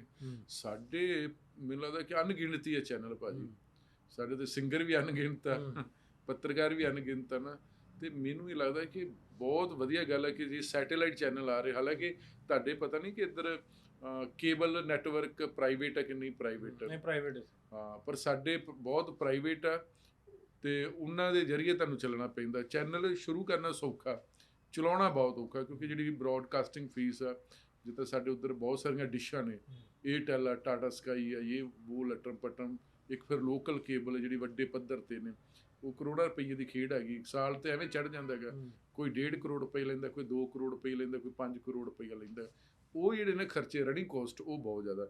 ਪਰ ਜਿਹੜਾ ਤੁਸੀਂ ਪਿੱਛੇ ਬਹੁਤ ਸਾਰੇ ਸਾਡੇ ਉੱਧਰੋਂ ਸਿੰਗਰ ਆਏ ਸੀ ਨਾ, ਉਹਨਾਂ ਦੀ ਚਾਰੇ ਪਾਸੇ ਅੱਜ ਕੱਲ੍ਹ ਬੜੀ ਕਿਉਰਿਓਸਿਟੀ ਹੈਗੀ ਆ। ਤੇ ਮੈਨੂੰ ਲੱਗਦਾ ਕਿ ਜੇ ਇਸੇ ਕਰਕੇ ਤਾਂ ਕਹਿੰਦੇ ਕਿ ਜਿਹੜੇ ਸਾਹਿਤਕਾਰ, ਪੱਤਰਕਾਰ ਜਾਂ ਖੇਡਾਂ ਦੇ ਜ਼ਰੀਏ ਮੁਲਕਾਂ ਨੂੰ ਜੋੜਿਆ ਜਾਂਦਾ ਨਾ, ਚੰਗੀ ਗੱਲ ਜੇ ਪੰਜਾਬੀ 'ਚ ਚੈਨਲ ਸ਼ੁਰੂ ਹੋ ਰਹੇ ਤੇ। ਹਾਂਜੀ, ਉਹਦੇ ਤੇ ਮੈਂ ਗੱਲ ਇਹ ਕਰਨੀ ਚਾਹ ਰਿਹਾ ਸਾਂ ਵੀ ਸਾਡੇ ਕੁਝ ਨਿਊਜ਼ ਐਂਕਰਸ ਕੁੜੀਆਂ ਨੂੰ ਲੈ ਕੇ ਜਾਂ ਮੁੰਡਿਆਂ ਨੂੰ ਲੈ ਕੇ ਜਿਹੜੇ ਨਵੇਂ ਹੁੰਦੇ, ਉਹ ਬੜੇ ਸਟੰਟ ਕਰਦੇ ਪੁੱਠੇ ਪੁੱਠੇ। ਕੋਈ ਦਰਿਆ 'ਚ ਵੜ ਕੇ, ਕੋਈ ਜਦੋਂ ਐਂਕਰਿੰਗ ਕਰਨ ਡਿਆ, ਕੋਈ ਸਲਾਬ 'ਚ ਵੜ ਕੇ ਉੱਥੇ ਮਾਈਕ ਲੈ ਕੇ ਵੜਿਆ, ਜਾਂ ਕੁੜੀਆਂ ਆ ਗਈਆਂ ਉਹ ਪੁੱਠੇ ਪੁੱਠੇ ਸਵਾਲ ਕਰਦੀਆਂ, ਮਤਲਬ ਵੀ ਉਹ ਡਬਲ ਮੀਨਿੰਗ ਕੁਐਸਚਨ ਕਰਕੇ, ਮਤਲਬ ਵੀ ਦਿਨੋਂ ਰਾਤ ਨਾਲ ਜਿਹੜੇ ਵਾਇਰਲ ਹੋ ਜਾਈਏ ਤੇ ਥੰਬਨੇਲ ਬੇਹੂਦਾ ਥੰਬਨੇਲ ਲਾ ਕੇ ਵੀ ਉਹਦੇ ਤੇ ਰੀਚ ਹਾਂ, ਹੋ ਉਹ ਬਹੁਤ ਜਾਏ, ਮਤਲਬ ਕੋਈ ਬੇਹੂਦਗੀ ਵਾਲਾ ਜਾਂ ਇਸ ਤਰ੍ਹਾਂ ਦਾ ਕੋਈ। ਵੀ ਤੁਹਾਡੇ ਵਾਲੇ ਪਾਸੇ ਵੀ ਬਹੁਤ ਸਾਰਾ ਇਦਾਂ ਦਾ ਹੈ ਉਹ ਕੁਛ? ਇਹ ਬੇਹੂਦਾ ਸਵਾਲ ਜਾਣ ਪੁੱਛ ਕੇ ਨਹੀਂ, ਮੈਨੂੰ ਲੱਗਦਾ ਕਿ ਪੁੱਛੇ ਜਾਂਦੇ, ਪਰ ਇਹ ਹੈ ਕਿ ਉਹਨਾਂ ਦੀ ਲਿਆਕਤ ਦਾ ਜਾਂ ਤਜਰਬੇ ਦੀ ਘਾਟ ਹੋ ਸਕਦੀ ਹੈਗੀ ਹੈ ਨਾ। ਪਰ ਇਹ ਕਿਉਂਕਿ ਡਿਜੀਟਲ ਮੀਡੀਆ ਵਾ, ਉਹਦੇ 'ਚ ਥੋੜ੍ਹਾ ਜਿਹਾ ਭੁਲੇਖਾ ਜਿਹਾ ਪਾਉਂਦੇ ਨੇ ਆਰਟ ਲਈ, ਆਪਣਾ ਟਾਈਟਲ ਦਾ ਨਿਕਲਦਾ ਵਿੱਚੋਂ ਕੁਛ ਵੀ ਨਹੀਂ ਨਾ, ਕਹਿ ਲਓ ਖੋਦਿਆ ਪਹਾੜ ਤੇ ਨਿਕਲਿਆ ਚੂਹਾ ਨਾ। ਪਰ ਮੈਨੂੰ ਲੱਗਦਾ ਕਿ ਕੁਆਲੀਫਿਕੇਸ਼ਨ ਹੋਣੀ ਚਾਹੀਦੀ, ਪਰ ਉਹ ਫਿਰ ਉਹੀ ਨਾ ਆ ਜਾਂਦਾ ਨਾ ਕਿ ਵਿਊਜ਼ ਹੈ ਨਾ, ਫੋਟੋ ਇੱਦਾਂ ਦੀ ਲਾ ਦਿਓ, ਭਾਸ਼ਾ ਜਿੱਦਾਂ ਦੀ ਲਾ ਦਿਓ, ਸੌਦਾ ਵੇਚਣ ਵਾਲੀ ਗੱਲ ਆ। ਮਤਲਬ ਇਹ ਅਸੀਂ ਵੀ ਹੱਟੀ ਬਣ ਗਏ ਇੱਕ ਨਾ, ਵੀ ਪ੍ਰਿੰਟ ਮੀਡੀਆ ਵੀ ਹੱਟੀ ਹੀ, ਤੇ ਇਹ ਟੀਵੀ ਵਾਲੇ ਵੀ ਹੱਟੀ, ਆਪਾਂ ਵੀ ਉਸੇ ਹੱਟੀ ਵੀ ਹੱਟੀ ਆ। ਜਦ ਅਸੀਂ ਹੱਟੀ ਸਮਝਣ ਲੱਗ ਪਏ ਤੇ ਸੌਦਾ ਵੇਚਣਾ। ਹੁਣ ਸੌਦਾ ਕਿਵੇਂ ਵੇਚਣਾ? ਥੰਬਨੇਲ ਦੇ ਵਿੱਚ ਫੋਟੋਆਂ ਲਾਤੀਆਂ ਜਾਂ ਕੋਈ ਟਾਈਟਲ ਇੱਦਾਂ ਦਾ ਹੈਡਿੰਗ ਦੇ ਦਿੱਤਾ ਹੈ ਨਾ, ਤੇ ਉਹ ਕਰਕੇ। ਪਰ ਮੈਨੂੰ ਲੱਗਦਾ ਕਿ ਜਿਹੜੇ YouTube ਤੇ ਜਿਹੜੇ ਲੋਕ ਦੇਖਦੇ, ਕਈ ਬਹੁਤ ਹੀ ਸਿਆਣੇ ਨੇ, ਸੁਲਝੇ ਹੋਏ ਨੇ। ਮੰਨ ਲਓ ਜੇ 1 ਘੰਟੇ ਦਾ, ਉਹ 1 ਘੰਟੇ ਦਾ ਪ੍ਰੋਗਰਾਮ ਵੇਖ ਕੇ ਫੋਨ ਵੀ ਕਰਦੇ ਕਿ ਭਰਾਵਾ 1 ਘੰਟਾ ਅੱਗੇ 5 ਮਿੰਟ ਹੀ, ਫਿਰ 37 ਸੈਕਿੰਡ ਵੀ ਹੈਗੇ ਨੇ, ਇੰਨੇ ਸਕਿੰਟਾਂ ਦਿਆ ਹੋਇਆ ਹੈ ਨਾ। ਕਈ ਗਲਤ ਬੋਲਿਆ ਜਾਂਦਾ ਨਾ, ਉਹ ਕਈ ਉਹ ਥੱਲੇ ਮੈਸੇਜ ਵੀ ਲਿਖ ਦਿੰਦੇ ਹੈਗੇ ਨੇ ਕਿ 40 ਮਿੰਟ 35 ਸੈਕਿੰਡ ਤੁਸੀਂ ਗਲਤ ਬੋਲਿਆ ਹੈਗਾ। ਨਹੀਂ, ਉਹ ਇਹ ਨਾ ਵੀ ਜਿੱਥੇ ਤੁਸੀਂ ਗਲਤ ਹੁੰਦੇ ਨੇ, ਉਹ ਤੁਹਾਨੂੰ ਵੀਡੀਓ ਵੇਖਣ ਦੀ ਲੋੜ ਨਹੀਂ, ਕਮੈਂਟ ਦੱਸ ਦਿੰਦੇ ਕਰ ਦਿੰਦੇ। ਕਈ ਹੈ ਇਦਾਂ ਦੇ, ਹੈ ਉੱਧਰ ਇਦਾਂ ਦਾ ਚੱਲਦਾ। ਹਾਂ, ਇੱਧਰ ਜਾ ਨਹੀਂ। ਉਹ ਸਾਡੇ ਇੱਕ ਪਤਾ ਨਹੀਂ ਤੁਹਾਡੇ ਪਿੱਛੇ ਜੇ ਤੁਹਾਡੇ ਵੀ ਇੱਕ ਛੋਟਾ ਜਿਹਾ ਬੱਚਾ ਸੀ ਜਿਹੜਾ ਕਹਿੰਦਾ ਕਿ ਕਿਹਦੇ ਸਾਧੂ ਨਾਈ ਨੇ ਮੇਰੇ ਚੂਚੇ ਚੁੱਕ ਲਿਆ, ਤੇ ਸਾਰਾ ਨੈਸ਼ਨਲ ਮੀਡੀਆ ਉਹਨੂੰ ਦਿਖਾਉਂਦਾ ਰਿਹਾ ਕਈ ਦਿਨ। ਤੇ ਸਾਡੇ ਵੀ ਇੱਕ ਉੱਥੇ ਚੁੰਮੇ ਵਾਲੀ ਭਾਬੀ ਹੈਗੀ ਹੈ ਜੀ ਬਠਿੰਡੇ, ਉਹਨੇ ਦਲਜੀਤ ਦੋਸਾਂਝ ਨੇ ਇੱਕ ਉਹਨੂੰ ਫਿਲਮ ਦੇ ਵਿੱਚ ਲਿਆ ਸੀ ਨਾ, ਤੇ ਫਿਰ ਇੱਕ ਉਹ ਨੀਟੂ ਸ਼ਟਰਾਂ ਵਾਲਾ ਵਾ, ਇੱਕ ਉਹਨੂੰ ਲੈ ਲਿਆ ਸੀ ਕਿਸੇ ਫਿਲਮ ਦੇ। ਨਹੀਂ, ਅੱਜ ਕੱਲ ਇੱਕ ਬੜਾ ਵਾਇਰਲ ਤੁਹਾਡੇ, ਕਿਹੜਾ? ਮੈਡ ਸੰਧੂ। ਅੱਛਾ ਜੀ। ਆਹੋ, ਇੱਕ ਹੋਰ ਪਤਾ ਨਹੀਂ ਉਹਦੇ ਵੰਸ ਨੇ ਮੈਡ ਸੰਧੂ ਦਾ ਤੁਹਾਨੂੰ ਪਤਾ? ਨਹੀਂ, ਇੱਧਰ ਮੈਨੂੰ ਨਹੀਂ ਪਤਾ। ਇੱਕ ਸਿੰਗਰ ਬੜੀ ਛੇਤੀ ਬਣ ਜਾਂਦੇ ਨੇ, ਤੇ ਇੱਕ ਉਹ ਕੁੱਲੜ ਪੀਜਾ, ਉਹੋ ਹੀ ਹੈਰਾਨੀ ਵਾਲੀ ਗੱਲ ਆ। ਉਹ ਪਤਾ ਨਹੀਂ ਉਹਨਾਂ ਦਾ ਮੀਆਂ ਵੀ ਉਹਦਾ ਪੰਗਾ ਜਿਹਾ ਪੈ ਗਿਆ। ਤੇ ਮੈਂ ਪਿੱਛੇ ਜੇ ਬਹੁਤ ਸਾਡੇ ਵੱਡੇ ਐਕਟਰ ਨੇ, ਉਹ ਵੀ ਮੱਥੇ ਤੇ ਹੱਥ ਮਾਰਦੇ, ਕਹਿੰਦੇ ਉਹ ਫਿਲਮ ਵਾਲੇ ਕਹਿੰਦੇ ਜੀ ਕੁੱਲੜ ਪੀਜੇ ਤੇ ਵੀ ਜਾਣਾ ਹੈਗਾ। ਮੈਂ ਕਿਹਾ ਦੱਸੋ ਯਾਰ, ਹੁਣ ਇੱਥੇ ਵੀ ਜਾਣਾ ਪਊਗਾ ਪ੍ਰਮੋਸ਼ਨ ਕਰ ਲਈ ਨਾ। ਉਹ ਪੈਸੇ ਲੈਂਦੇ ਹੋਣਗੇ ਮੈਨੂੰ ਲੱਗਦਾ ਨਾ, ਤੇ ਇਦਾਂ ਦੇ ਕਰਕੇ ਉਹੀ ਹੈ। ਹੁਣ ਉਹੀ ਜੋ ਕਹਿੰਦੇ ਦਿਖਦਾ ਉਹੀ ਵਿਕਦਾ ਨਾ, ਉਹ ਸਾਰੇ ਜਾ ਰਹੇ ਹੈਗੇ ਨੇ। ਅੱਛਾ, ਕਈ ਤੇ ਬਹੁਤ, ਚਲੋ ਜਿਹੜੇ NGO ਜਿੱਦਾਂ ਸਾਡੇ ਗੁਰਪ੍ਰੀਤ ਹੋਣੀ ਜੀ, ਗੁਰਪ੍ਰੀਤ ਇੱਕ ਪਾਲ ਖਰੋੜ ਆ, ਉਹਨਾਂ ਦੀ ਸੰਸਥਾ, ਉਹ ਵੀ ਬੜਾ ਵਧੀਆ। ਪਰ ਮੈਨੂੰ ਗੁਰਪ੍ਰੀਤ ਸਾਹਿਬ ਵਾਲੀ ਜ਼ਿਆਦਾ ਚੰਗੀ ਲੱਗਦੀ ਹੈਗੀ ਜੀ, ਕਿ ਉਹ ਉੱਥੇ ਜਾਂਦੇ, ਚਲੋ ਠੀਕ, ਅੱਛੀ ਗੱਲ ਹੈ ਨਾ। ਪਰ ਜਿਹੜੇ ਇਦਾਂ ਦੇ ਨੇ ਕੁੱਲੜ ਪੀਜਾ, ਹੋਰ ਕਿਹੜਾ ਪੀਜਾ ਨਾ, ਉਹਨਾਂ ਦੇ ਵੀ ਲੋਕਾਂ ਨੇ, ਔਰ ਉਹ ਸਾਡੇ ਕੋਈ ਮਾਡਲ ਥੋੜਾ ਹੈਗੇ ਜੀ ਨਾ। ਪਰ ਲੋਕੀ ਉਹਨਾਂ ਦੇ, ਕਿਉਂਕਿ ਲੋਕੀ ਸੁਣਦੇ ਉਹੀ ਆ ਜੀ, ਦੇਖਦੇ ਹੋਈ ਆ ਕੁੱਲੜ ਪੀਜਾ ਦੇ ਨਾਮ ਤੇ। ਹੁਣ ਇਹ ਦੇਖ ਲਓ ਕਿ ਕੰਮ ਕਰਨ ਵਾਲੇ ਕਿੰਨੇ ਸਿਆਣੇ ਨੇ, ਤੇ ਵੇਖਣ ਵਾਲੇ ਕਿੰਨੇ ਸਿਆਣੇ, ਪਰ ਵੇਖਣ ਵਾਲੇ ਜ਼ਿਆਦਾ ਸਿਆਣੇ, ਲੋਕੀ ਉਹਨਾਂ ਚੈਨਲ ਨੂੰ ਇਗਨੋਰ ਵੀ ਕਰ ਦਿੰਦੇ ਹੈਗੇ ਨਾ। ਮੈਂ ਨਾ ਉਹ ਮੈਟ ਸਿੱਧੂ ਦੀ ਇਸ ਤੋਂ ਗੱਲ ਕੀਤੀ ਸੀ, ਉਹ ਫੀਮੇਲ ਟਾਈਪ ਹੈ ਕੁਛ ਨਾ, ਅੱਛਾ ਤੇ ਉਹ ਉਹਦੀਆਂ ਰੀਲਾਂ ਹੁੰਦੀਆਂ ਹੁੰਦੀਆਂ। ਅੱਛਾ, ਉਹ ਵਾਲਾ ਹਾਂ। ਅੱਛਾ, ਉਹ ਤੇ ਭਰਾਵਾ ਉਹ ਇੱਕ ਕਾਲਜ ਵਾਲਿਆਂ ਨੂੰ ਚੀਫ ਗੈਸਟ ਬਣਾ ਲਿਆ, ਬੇੜਾ ਗਰਕ ਹੋ ਜੇ, ਕਮਾਲ। ਉਹਦੇ ਤੇ ਮੈਂ ਆਉਣ ਲੱਗਾ ਵੀ ਕਾਲਜ ਵਾਲਿਆਂ ਚੀਫ ਗੈਸਟ ਸੱਦਿਆ ਉਹਨੂੰ, ਹਾਂ ਤੇ ਹਾਂ ਉਹ ਉੱਥੇ ਕਾਲਜ ਬਹਿ ਕੇ ਸਪੀਚ ਦਿੰਦਾ ਵੀ ਅਸੀਂ ਆਪਣੇ ਬੱਚਿਆਂ ਨੂੰ, ਆਪਣੀ ਯੂਥ ਨੂੰ ਕੀ ਪੈਗਾਮ ਦੇ ਕੇ ਚੱਲੇ, ਵੀ ਅਸੀਂ ਉਹਨਾਂ ਵਾਸਤੇ ਕੀ ਕਰਕੇ ਦਿੰਦੇ। ਮੈਂ ਕਿਹਾ ਵੀ ਪਹਿਲੋਂ ਤੂੰ ਸੱਦਣ ਵਾਲਿਆਂ ਨੂੰ ਹਾਂ ਤੇ ਫਿਰ ਇਹਦੇ ਸਪੀਚ ਕਰਨ ਵਾਲਿਆਂ ਨੂੰ ਵੀ ਤੂੰ ਯੂਥ ਨੂੰ ਕੀ ਪੈਗਾਮ ਦੇ ਕੇ ਚੱਲਾਂ। ਬਿਲਕੁਲ, ਦੱਸੋ ਕਮਾਲ ਆ। ਉਹਨੂੰ ਮੈਨੂੰ ਨਾਮ ਦਾ ਨਹੀਂ, ਉਹਨੂੰ ਮੈਂ ਵੇਖਿਆ ਤੇ ਹੈਗਾ ਸੀ। ਇੱਕ ਹੋਰ ਇਹ ਬਠਿੰਡੇ ਵਾਲੇ ਕਿਸੇ ਯੂਨੀਵਰਸਿਟੀ ਲਈ ਇਦਾਂ ਦਾ ਇੱਕ ਕਰੈਕਟਰ ਨੂੰ ਸੱਦ ਲਿਆ। ਦੱਸੋ ਕਮਾਲ ਹੈ ਵੀ ਤੁਹਾਡੇ, ਤੁਸੀਂ ਕਾਲਜ ਦੇ ਵਿੱਚ ਕੋਈ IPS ਆਫੀਸਰ, ਕੋਈ IAS ਆਫੀਸਰ ਨੂੰ ਬੁਲਾਓ, ਕਿਸੇ ਚੰਗੇ ਵਿਦਵਾਨ ਨੂੰ ਬੁਲਾਓ ਕਿ ਬੱਚੇ ਨੂੰ ਲੱਗੇ ਕਿ ਹਾਂ ਯਾਰ ਇਹ IPS ਮੈਂ ਆਫੀਸਰ, ਇਦਾਂ ਦਾ ਬਣਨਾ। ਹਾਂ ਇਦਾਂ ਦਾ ਬਣਨਾ, ਵੀ ਮੈਂ ਵੱਡੀ ਕੋਈ ਜੱਜ ਨੂੰ ਬੁਲਾਓ। ਵੀ ਜੇ ਤੁਸੀਂ ਉਹਨੂੰ ਸੱਦੋਗੇ ਤੇ ਕੁੜੀਆਂ ਮੁੰਡੇ ਅੱਜ ਕੱਲ੍ਹ ਤੇ ਬੜੇ ਤੇਜ਼ ਬੱਚੇ ਟੀਨੇਜ, ਉਹ ਹੱਸਦੇ ਹੋਣਗੇ ਨਾ ਵੀ ਸਾਡੀ ਮੈਨੇਜਮੈਂਟ ਦੀ ਮਾਤੀ ਮਾਰੀ ਗਈ ਹੈਗੀ, ਵੀ ਹੁਣ ਅਸੀਂ ਇਹਨਾਂ ਨੂੰ ਵੇਖ ਕੇ ਬਣਾਂਗੇ, ਵੀ ਉਹਦੇ ਵਾਂਗੂ ਤੁਰਾਂਗੇ, ਸੁਰਖੀ ਬਿੰਦੀ ਲਾ ਕੇ ਉਹੀ ਤੁਰਾਂਗੇ। ਉਹ ਪਤਾ ਨਹੀਂ ਕੀ, ਹੁਣ ਦੇਖੋ ਨਾ, ਮਾੜੀ ਕਿਸਮਤ ਹੀ ਹੈ ਕੌਮ ਦੀ ਕਿ ਸਾਡੇ ਉਹੋ ਜਿਹੇ ਰੋਲ ਮਾਡਲ ਬਣ ਰਹੇ ਹੈਗੇ ਨੇ। ਇੱਕ ਹੋਰ ਪਿੱਛੇ ਜਿਹੇ ਕਿਹੜਾ ਸੀਤਾ ਸਿੰਗਰ ਕਰ, ਸੀਤੋ ਵਾਲਿਆ, ਆਹੋ ਦੱਸੋ। ਨਾ ਭਾਈ ਸਾਹਿਬ ਉਹਨੂੰ ਗੱਲ ਨਹੀਂ ਕਰਨੀ, ਉਹ ਉਸਤਾਦ ਹੈ ਆਪਣਾ। ਸੋਨੂ ਸੀਤੂ ਵਾਲੇ ਨੂੰ ਗੱਲ ਨਹੀਂ ਕਰਦੀ। ਮੈਂ ਨਾ ਅਗਲੀ ਵਾਰ ਨਾ ਗਿੱਲ ਸਾਹਿਬ ਉਹਨਾਂ ਨੂੰ ਦਰਖਾਸਤ ਕਰਾਂਗਾ ਕਿ ਉਹਨਾਂ ਨੂੰ ਲੈ ਕੇ ਉਹ ਸਪੈਸ਼ਲ ਤੇ ਨਾਸਰ ਢਿੱਲੋਂ ਨੂੰ ਨਾਲ ਰੱਖੋ, ਹੈਨਾ।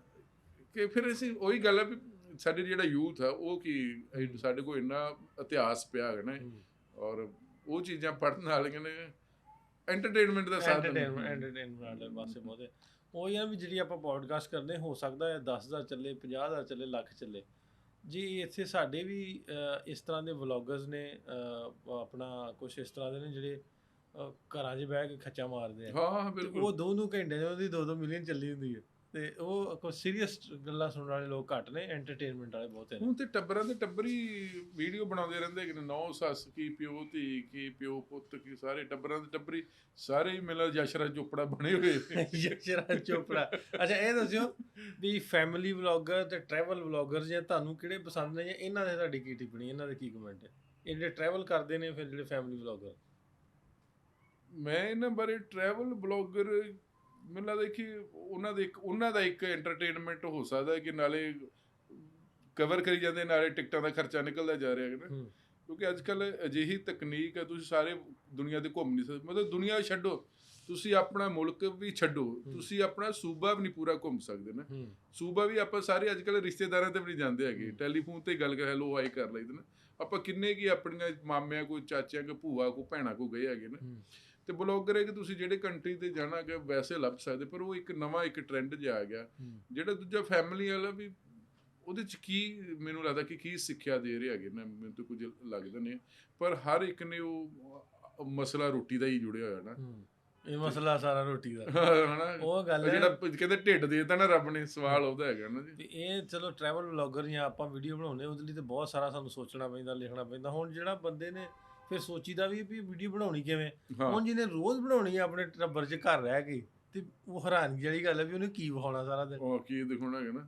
ਉਹ ਸਾਡੇ ਤੇ ਇੱਕ ਹੈਗਾ, ਉਹ ਤੇ 3-3 ਵਹੁਟੀਆਂ ਰੱਖੀ ਫਿਰਦਾ ਹੈਗਾ, ਗਾਂ ਏਡੇ ਕਿ ਨਿਆਣੇ ਜੰਮਦੇ, ਉਹਨਾਂ ਦਾ ਵੀ ਪੇਜ ਬਣਾ ਦਿੰਦਾ ਹੈਗਾ। ਜੇ ਭੈਣ ਅੱਡ ਹੋ ਗਈ, ਭੈਣ ਦਾ ਵੀ ਵਲੌਗਰ ਨਾ, ਉਹ ਚੱਲੀ ਯਾਰ। ਸਾਡੇ ਇੱਧਰ ਇੱਕ ਪਾਸੇ ਤੁਹਾਨੂੰ ਹੈਰਾਨਗੀ ਵਾਲੀ ਗੱਲ ਦੱਸਾਂ, ਇੱਕ ਵਲੌਗਰ ਆ, ਉਹਦੀ ਭਰਾ ਦੀ ਡੈਥ ਹੋ ਗਈ, ਉਹਨੇ ਆਪਣੇ ਭਰਾ ਦੇ ਜਨਾਜ਼ੇ ਦਾ ਵਲੌਗ ਬਣਾਤਾ। ਦੱਸੋ ਵੀ ਇਹ ਮੇਰੇ भाई का जनाजा जा रहा है पीछे, मुझे बहुत दुख हो रहा है। ਇੱਥੋਂ ਤੱਕ ਪਹੁੰਚ ਗਏ। ਪੁੱਲਰ ਸਾਹਿਬ, ਕੁਛ ਗੱਲਾਂ ਨੂੰ ਆਪਾਂ ਅੱਗੇ ਵਧਾਉਂਦੇ ਆ ਜੀ। ਇੱਕ ਮੈਂ ਵੇਖਿਆ ਸੀ ਵੀ ਤੁਹਾਡੇ, ਕਿਉਂਕਿ ਜਿਵੇਂ ਤੁਹਾਨੂੰ ਦੱਸਿਆ ਨਾ ਵੀ ਜਦੋਂ ਤੁਸੀਂ ਕੁਛ ਵੇਖਦੇ ਹੋ ਨਾ, ਉਹ ਤੁਹਾਡੇ ਸਾਹਮਣੇ ਆਈ ਜਾਂਦੀਆਂ ਚੀਜ਼ਾਂ। ਕਿਉਂਕਿ ਸਾਡਾ ਇੰਟਰਸਟ ਉੱਧਰ ਵੀ ਆ, ਉੱਧਰ ਵਾਲੇ ਕੁਛ ਜਿਹੜੇ ਸਾਡੇ ਦੋਸਤ ਇੱਧਰ ਨੂੰ ਵਹਿੰਦੇ ਆ, ਉਹ ਫਿਰ ਅਕ੍ਰੋਸ ਦਾ ਬਾਰਡਰ ਐਕਟੀਵਿਟੀਜ਼ ਦਾ ਪਤਾ ਲੱਗਦਾ ਰਹਿੰਦਾ ਵੀ ਉੱਥੇ ਕੀ ਹੋਣ ਡਿਆ, ਧਰਨਾ ਲੱਗ ਗਿਆ, ਹੁਣ ਫਲਾਣਾ ਕਾਂਡ ਹੋ ਗਿਆ, ਹੁਣ ਇਦਾਂ ਹੋ ਗਿਆ, ਤੇ ਖਬਰਾਂ ਪਹੁੰਚਦੀਆਂ ਰਹਿੰਦੀਆਂ। ਇੱਕ ਤੁਹਾਡੇ ਜਰਨਲਿਸਟ ਨਾਲ ਕੋਈ MLA ਦਾ ਫੱਡਾ ਜਿਹਾ ਬਣਿਆ ਸੀ, ਉਹ ਕੀ ਹੋਇਆ ਹੈ? ਉਹ ਸਾਡੀ ਟੀਮ ਨੂੰ ਹੋਇਆ ਸੀ। ਆਹੋ, ਕੀ ਹੋਇਆ? ਔਰ ਮੈਂ ਉਦੋਂ ਲਾਹੌਰ 'ਚ ਹੀ। ਅੱਛਾ। ਉਹ ਹੋਇਆ ਕਿ ਅਸੀਂ ਸਟੋਰੀ ਕੀਤੀ ਸੀ ਇੱਕ, ਕਿ ਉੱਥੇ ਮੀਟਿੰਗ ਹੋਈ ਹੈ ਤੇ 2 MLAs ਨੇ, ਉਹ ਝਿੜਕਾਂ ਪਈਆਂ, ਚੰਗੀਆਂ ਝਿੜਕਾਂ ਪਈਆਂ। ਉਹ ਅਗਲੇ ਦਿਨ ਹੀ ਉਹ ਚੱਲ ਰਹੀ ਵਿਧਾਨ ਸਭਾ ਇਜਲਾਸ ਚੱਲ ਰਿਹਾ ਸੀ। ਉਹ MLA ਕਾਫੀ ਆਪਣੇ ਆਪ 'ਚ ਪਾਵਰਫੁਲ ਆਪਣੇ ਆਪ ਨੂੰ ਸਮਝਦੇ ਨੇ ਔਰ ਚੰਗੀ ਉਹਦੀ ਪਹੁੰਚ ਹੈ ਸਰਕਾਰ ਤੱਕ। ਇੱਕ ਤਾਂ ਸਰਕਾਰ ਦਾ ਐਮਐਲਏ, ਇੱਕ ਜਿਨ੍ਹਾਂ ਦੀ ਸਰਕਾਰ ਆ ਉਹਨਾਂ ਦੇ ਨਾਲ ਚੰਗੀ ਹੈ ਨਾ, ਉਹ ਜਿਵੇਂ ਨਹੀਂ ਬਦਮਾਸ਼ੀ ਜੀ ਹੁੰਦੀ ਹੈ ਨਾ, ਉਹ ਬਾਂਹ ਫੜ ਕੇ ਆਓ ਮੈਂ ਤੁਹਾਨੂੰ ਪੱਤਰਕਾਰ, ਉਹ ਸਾਡੇ ਮੁੰਡੇ ਵੀ ਅੱਗੇ ਦਲੇਰੀ, ਉਹ ਵੀ ਫਿਰ ਸਿੱਧੇ ਹੀ ਹੋ ਗਏ ਨਾ। ਤੇ ਪਰ ਉਹ ਐਮਐਲਏ ਸਾਹਿਬ ਵਾਸਤੇ ਤਾਂ ਬੜੀ ਸਾਰੇ ਪਾਸੇ ਥੂ ਹੋਈ ਸੀ ਕਿ ਇਦਾਂ ਕੀ ਹੈਗਾ, ਮਤਲਬ ਅਸੈਂਬਲੀ ਦੇ ਵਿੱਚ ਜਿੱਥੇ ਕਾਨੂੰਨ ਬਣਦੇ ਤੁਸੀਂ ਕਾਨੂੰਨ ਤੋੜੀ ਜਾ ਰਹੇ ਹੋ। ਮੰਨ ਲਓ ਖਬਰ ਕਰਤੀ ਆ, ਮੰਨ ਲਓ ਗਲਤ ਖਬਰ ਸਹੀ ਹੈ ਸਾਡੀ, ਜੇ ਗਲਤ ਵੀ ਹੋਵੇ ਤੁਸੀਂ ਇਹ ਥੋੜ੍ਹਾ ਕਿ ਬੰਦੇ ਨੂੰ ਮਾਰਨ ਚਲੇ ਜਾਓਗੇ, ਜਾਨੂੰ ਮਾਰ ਦੋਗੇ, ਧਮਕੀ ਦੋਗੇ, ਤੁਸੀਂ ਡੈਫਾਮੇਸ਼ਨ ਕਰ ਦਿਓ। ਫਿਰ ਅਸੀਂ ਕਾਫੀ ਸਾਡੇ ਨਾਲ ਲੋਕ ਜੁੜੇ ਪੂਰੇ ਪੰਜਾਬ 'ਚ, ਉਹਨਾਂ ਦੇ ਖਿਲਾਫ ਪੁਤਲੇ ਸਾੜੇ ਗਏ ਹੈਗੇ ਨੇ। ਹਾਲਾਂਕਿ ਉਹ ਆਪਣੇ ਆਪ 'ਚ ਇੱਕ ਕੰਟਰੋਵਰਸ਼ਲ, ਇੱਕ ਉਹਦੇ ਨਾਲ ਇੱਕ ਪਤਾ ਨਹੀਂ ਉਹ ਜਨਾਨੀ ਪਹਿਲਾਂ ਰਹਿੰਦੀ ਕਿ ਨਹੀਂ ਰਹਿੰਦੀ ਹੈਗੀ, ਉਹ ਵੀ ਪੰਗਾ ਪਾ ਛੱਡਦੇ ਨੇ। ਪਰ ਮੀਡੀਆ ਦੇ ਨਾਲ ਪੰਗੇ ਪੈਂਦੇ ਰਹਿੰਦੇ ਹੈਗੇ ਉੱਥੇ ਜੀ, ਹੈ ਨਾ ਜੀ। ਤੁਹਾਡੇ ਮੈਨੂੰ ਲੱਗਦਾ ਘੱਟ ਪੈਂਦੇ, ਸਾਡੇ ਬਹੁਤ ਪੈਂਦੇ ਹੈਗੇ ਨੇ। ਨਹੀਂ ਸਾਡੇ ਵੀ ਪੈਂਦੇ ਤੇ ਇੱਥੇ ਵੀ, ਲੇਕਿਨ ਇਹ ਵੀ ਸਾਡੇ ਡਿਜੀਟਲ ਮੀਡੀਆ ਦੀ ਇੰਨੀ ਹਾਲੀ ਹੈ ਨਹੀਂ ਉਹ ਅਪਰੋਚ। ਸਾਡੇ ਜਿਹੜੇ ਕਾਫੀ ਮੇਨ ਸਟ੍ਰੀਮ ਮੀਡੀਆ ਉਹਨਾਂ ਨਾਲ ਤਾਂ ਫਿਰ ਚੱਲਦਾ ਰਹਿੰਦਾ ਨਾ, ਬਹੁਤ ਚੱਲਦਾ ਗਿਆ। ਤੇ ਫਿਰ ਕਿਸ ਤਰ੍ਹਾਂ ਜਦੋਂ ਵਿਰੋਧ 'ਚ ਵੀ ਆ ਗਏ, ਫਿਰ ਕਿਸ ਤਰ੍ਹਾਂ ਉਹਨੂੰ ਅੱਗੇ ਕੰਟੀਨਿਊ ਕੀਤਾ? ਇਹ ਅਸੀਂ ਚਲਾਇਆ ਲਗਾਤਾਰ। ਅਸੀਂ ਤਾਂ ਇੱਥੋਂ ਤੱਕ ਕਹਿਤਾ ਕਿ ਜਿਹੜਾ ਸਾਡੇ ਤੇ એનર્ਜੀ ਵੇਸਟ ਕਰ ਰਿਹਾ ਨਾ, ਵੀ ਅਸੀਂ ਤੇਰੇ ਹਲਕੇ 'ਚ ਆ ਕੇ ਕਵਰ ਕਰਦੇ ਹੈਗੇ ਆ ਵੀ ਤੂੰ ਹਲਕੇ ਵਾਸਤੇ ਕਿੰਨਾ ਕੰਮ ਕੀਤਾ। ਕਿਉਂਕਿ ਤੁਹਾਨੂੰ ਹਲਕੇ ਦੇ ਲੋਕਾਂ ਨੇ ਜਿਤਾ ਕੇ ਭੇਜਿਆ ਕਿ ਸਾਡਾ ਜਿਹੜਾ ਹਲਕਾ ਉੱਥੇ ਚੰਗੇ ਕੰਮ ਹੋਣ, ਸਕੂਲ ਪੜ੍ਹਾਈ ਚੰਗੀ ਹੋਵੇ, ਸਿਹਤ ਸੇਵਾਵਾਂ ਚੰਗੀਆਂ ਹੋਣ, ਸੜਕਾਂ ਚੰਗੀਆਂ ਹੋਣ, ਮੰਡੀਆਂ ਚੰਗੀਆਂ ਹੋਣ। ਤੂੰ ਆਪਣੀ એનર્ਜੀ ਪੱਤਰਕਾਰਾਂ ਤੇ ਕੱਢੀ ਜਾ ਰਿਹਾ, ਉਹਨਾਂ ਨੂੰ ਜਾਨੋਂ ਮਾਰਨ ਦੀਆਂ ਧਮਕੀਆਂ ਦੇ ਰਹੇ ਹੈਗੇ ਨਾ।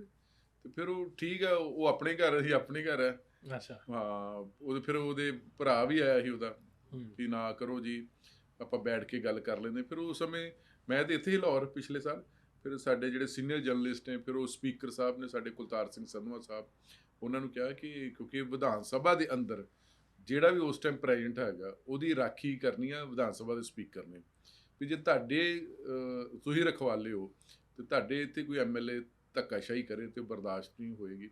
ਫਿਰ ਉਹ ਅਸੀਂ ਕਿਹਾ ਵੀ ਤੁਸੀਂ ਸਪੀਕਰ ਸਾਹਿਬ ਨਾਲ ਜਾ ਕੇ ਗੱਲ ਕਰ ਲਓ, ਉੱਥੇ ਬੈਠ ਕੇ ਕਰ ਲਾਂਗੇ। ਵੀ ਨਾਲ ਸਾਡਾ ਤੁਹਾਡੇ ਨਾਲ ਕੋਈ ਵੱਟ ਦਾ ਰੌਲਾ ਨਾ, ਪਾਣੀ ਦਾ ਰੌਲਾ ਵੀ, ਤੇ ਤੁਸੀਂ ਯਾਰ ਉਹੀ ਆ। ਔਰ ਉਹਨੂੰ ਫਿਰ ਐਗਜ਼ਾਮਪਲਾਂ ਵੀ ਦਿੱਤੀਆਂ ਵੀ ਇਹ ਜਿਹੜੀ ਵਿਧਾਨ ਸਭਾ ਸਾਡੇ 117 ਐਮਐਲਏ ਆ, ਮੈਂ ਕਿਹਾ 1952 ਵੀ ਛੱਡੋ, 1937 ਲਾ ਲਓ, ਸਾਂਝਾ ਹੀ ਲਾ ਲਓ, ਸਾਂਝੇ ਪਿਆ ਉਦੋਂ ਤੋਂ ਲੈ ਕੇ ਹੁਣ ਤੱਕ ਹਜ਼ਾਰਾਂ ਐਮਐਲਏ ਨੇ ਆਏ ਨੇ ਤੇ ਚਲੇ ਜਾਣਾ ਹੈਗਾ ਨਾ। ਔਰ ਅਸੀਂ ਵੀ ਆਏ ਆ ਤੇ ਚਲੇ ਜਾਣਾ ਹੈਗਾ। ਕੁਝ ਚੰਗੇ ਕੰਮ ਕਰਕੇ ਚਲੇ ਜਾਓ, ਜੇ ਵੀ ਬਦਮਾਸ਼ੀ ਕਰਨੀ ਹੈ ਤੇ ਫਿਰ ਗੈਂਗਸਟਰ ਬਥੇਰੇ ਪੰਜਾਬ ਦੇ ਵਿੱਚ, ਫਿਰ ਉਹਨਾਂ ਨਾਲ ਰਲ ਜਾਓ। ਉਹਨਾਂ 'ਚ ਤੇ ਸਾਡਿਆਂ 'ਚ ਤੇ ਕੋਈ ਫਰਕ ਹੈ ਨਾ ਜੀ, ਕਿ ਤੁਸੀਂ ਲੋਕਾਂ ਦੇ ਨੁਮਾਇੰਦੇ ਹੋ। ਅੱਛਾ, ਵੀ ਇਹਦੇ ਵੀ ਸਰਕਾਰ ਦੇ ਖਿਲਾਫ ਥੋੜ੍ਹਾ ਜਿਹਾ ਹੋਏ ਤੇ ਫਿਰ ਬਾਅਦ 'ਚ ਮੈਂ ਪੁਆਇੰਟ ਇਸ 'ਤੇ ਆਉਣਾ ਚਾਹੁੰਦਾ ਵੀ ਸਾਡੇ ਚੈਨਲਸ ਨਹੀਂ ਹੈ ਨਾ, ਡਿਜੀਟਲ ਚੈਨਲ ਜਿਹੜੇ ਨੇ ਪੰਜਾਬ ਦੇ, ਕਿਉਂਕਿ ਆਡੀਅੰਸ ਇੱਥੇ 13 ਕਰੋੜ ਹੈ। ਮੈਂ ਪੈਰਲਲ ਵੇਖਦਾ, ਕੰਪੈਰੀਟਿਵਲੀ ਵੇਖਦਾ ਵੀ ਸਰਕਾਰ ਵੱਲੋਂ ਫਿਰ ABC ਨੂੰ ਜਾਂ ਦੂਜਿਆਂ ਨੂੰ ਸਾਰਿਆਂ ਨੂੰ ਅਕੋਮੋਡੇਟ ਕਰਦੇ ਵੀ ਐਡਸ ਵਗੈਰਾ ਦੀ ਮੱਦ ਵਿੱਚ। ਸਾਰੀ ਗੱਲ ਹੈ, ਹੁੰਦਾ ਬਜਟ 'ਤੇ ਹੁੰਦਾ ਵਾ ਤਾਂ ਮਿਲਦਾ, ਤੁਹਾਨੂੰ ਮਿਲਦਾ? ਫਿਰ ਮੈਂ ਰੱਖੀ ਨਹੀਂ, ਤਾਕ ਨਹੀਂ ਰੱਖੀ ਕਿ ਐਡ ਮਿਲੇ ਜੀ।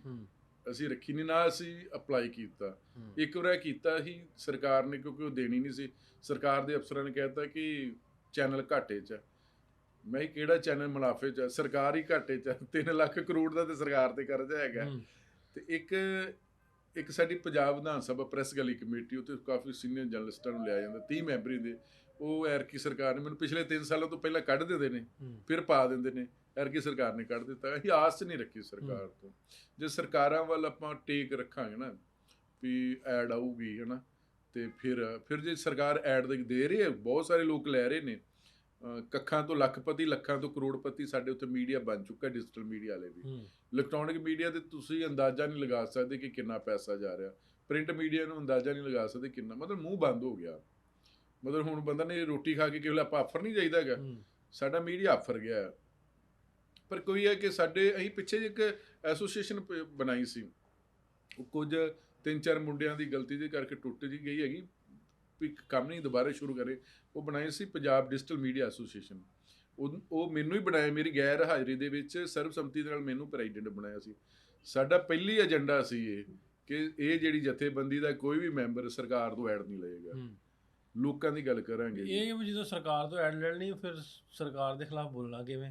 ਹਾਂ, ਸਰਕਾਰ ਤੇ ਫਿਰ ਤੁਸੀਂ ਬੋਲ ਨਹੀਂ ਸਕਦੇ। ਨਹੀਂ, ਪਹਿਲਾਂ ਐਡ ਮਿਲਦੀਆਂ ਰਹੀਆਂ ਨੇ, ਪਰ ਪਿਛਲੇ ਲਗਭਗ 10-12 ਸਾਲ ਤੋਂ ਨਾ ਮਾਹੌਲ ਚੇਂਜ ਹੋ ਗਿਆ ਜੀ। ਪਹਿਲਾਂ ਵੀ ਅਖਬਾਰਾਂ ਦੇ ਵਿੱਚ ਖਬਰਾਂ ਲੱਗਦੀਆਂ ਸੀ, ਮੈਨੂੰ ਯਾਦ ਹੈ, ਕਿਉਂਕਿ 25 ਸਾਲ ਬਹੁਤ ਹੁੰਦੇ ਨੇ, ਹੈ ਨਾ।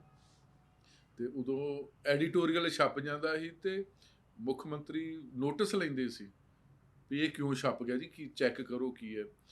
ਇੱਕ ਵਾਰ ਪੰਜਾਬੀ ਨੂੰ ਲੈ ਕੇ ਬਾਦਲ ਸਾਹਿਬ ਸਾਡੇ ਮੁੱਖ ਮੰਤਰੀ 5 ਦਫਾ ਰਹੇ, ਹੁਣ ਸਾਡੇ ਵਿਚਕਾਰ ਨਹੀਂ ਰਹੇ, ਤੇ ਬਹੁਤ ਹੀ ਸਾਡੇ ਨਾਮੀ ਲੇਖਕ ਨੇ ਗੁਰਪਚਨ ਭੁੱਲਰ ਸਾਹਿਬ ਨੇ, ਉਹਨਾਂ ਨੇ ਕੁਝ ਆਰਟੀਕਲ ਲਿਖਤਾ ਹੈਗਾ।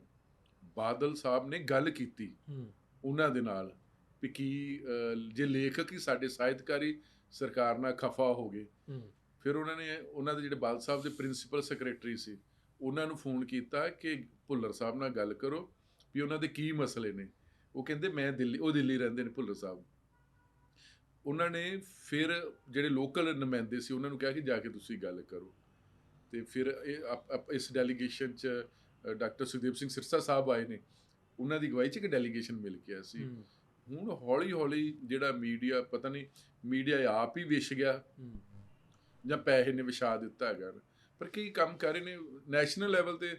ਸਾਡੇ ਉੱਥੇ ਇੰਡੀਆ ਦੇ ਵਿੱਚ ਧਰੁਵ ਰਾਠੀ ਆ, ਫਿਰ ਰਵੀਸ਼ ਕੁਮਾਰ ਨੇ, ਉਹ ਇੱਕ ਲੜਕੀ ਆ ਸਾਕਸ਼ੀ ਜੋਸ਼ੀ ਆ, ਪ੍ਰਸੂਨ ਵਾਜਪਾਈ ਆ, ਬਹੁਤ ਸਾਰੇ ਇਹੋ ਜਿਹੇ ਜਿਹੜੇ ਨੇ ਪੰਜਾਬ ਦੇ ਵਿੱਚ ਵੀ ਬਹੁਤ ਸਾਰੇ ਜਿਹੜੇ ਨੇ ਸਾਡੇ ਕੋਲ ਅੱਖਰ ਵਾਲੇ ਮੁੰਡੇ ਨੇ, ਜਿਹੜੇ ਦੂਜੇ ਨੇ ਮਿੱਟੀ ਵਾਲੇ ਨੇ, ਤੁਸੀਂ ਨਾਮ ਲੈ, ਲੋਕਵਾਜ ਵਾਲੇ ਨੇ, ਮਨਿੰਦਰਜੀਤ ਨੇ, ਜਸ ਗਰੇਵਾਲ ਉਹ ਹੈਗੇ ਨੇ, ਨਵਰੀਤ ਸਿਵੀਆ ਨੇ, ਤੇ ਕਰਨ ਨੇ ਸ਼ਰਮਾ, ਤੇ ਉਹ ਕਾਫੀ ਇਦਾਂ ਦੇ ਜਿਹੜੇ ਮੁੰਡੇ ਨੇ, ਥਲੀ ਸਾਹਿਬ ਦਾ ਜ਼ਿਕਰ, ਮੱਕੜ ਸਾਹਿਬ ਨੇ, ਬਹੁਤ ਸਾਰੇ ਜਿਹੜੇ ਮੁੰਡੇ ਨੇ ਇੰਡੀਵਿਜੂਅਲ ਤੌਰ ਤੇ ਬਹੁਤ ਹੀ ਵਧੀਆ ਕੰਮ ਕਰ ਰਹੇ ਨੇ, ਸਾਡੇ ਨਾਲੋਂ ਬਿਹਤਰ ਕਰ ਰਹੇ ਨੇ ਕੰਮ ਨਾ। ਤੇ ਉਹਨਾਂ ਨੂੰ ਸਹੀ ਮੈਨੇ ਮੀਡੀਆ, ਸੋਸ਼ਲ ਮੀਡੀਆ ਜਿਹਨੂੰ ਡਿਜੀਟਲ ਮੀਡੀਆ ਕਹਿੰਦੇ, ਜਿਹਨੂੰ ਸਮਝ ਆ ਗਈ ਨਾ ਉਹ ਰਾਜਾ। ਅਸੀਂ ਅੱਜ ਬੇਸਮਝੇ ਹੈਗੇ ਨੇ, ਪਰ ਨਹੀਂ ਤੁਸੀਂ ਸੀਨੀਅਰ ਜੀ ਬੇਸਮਝੇ ਗਏ ਹੋ।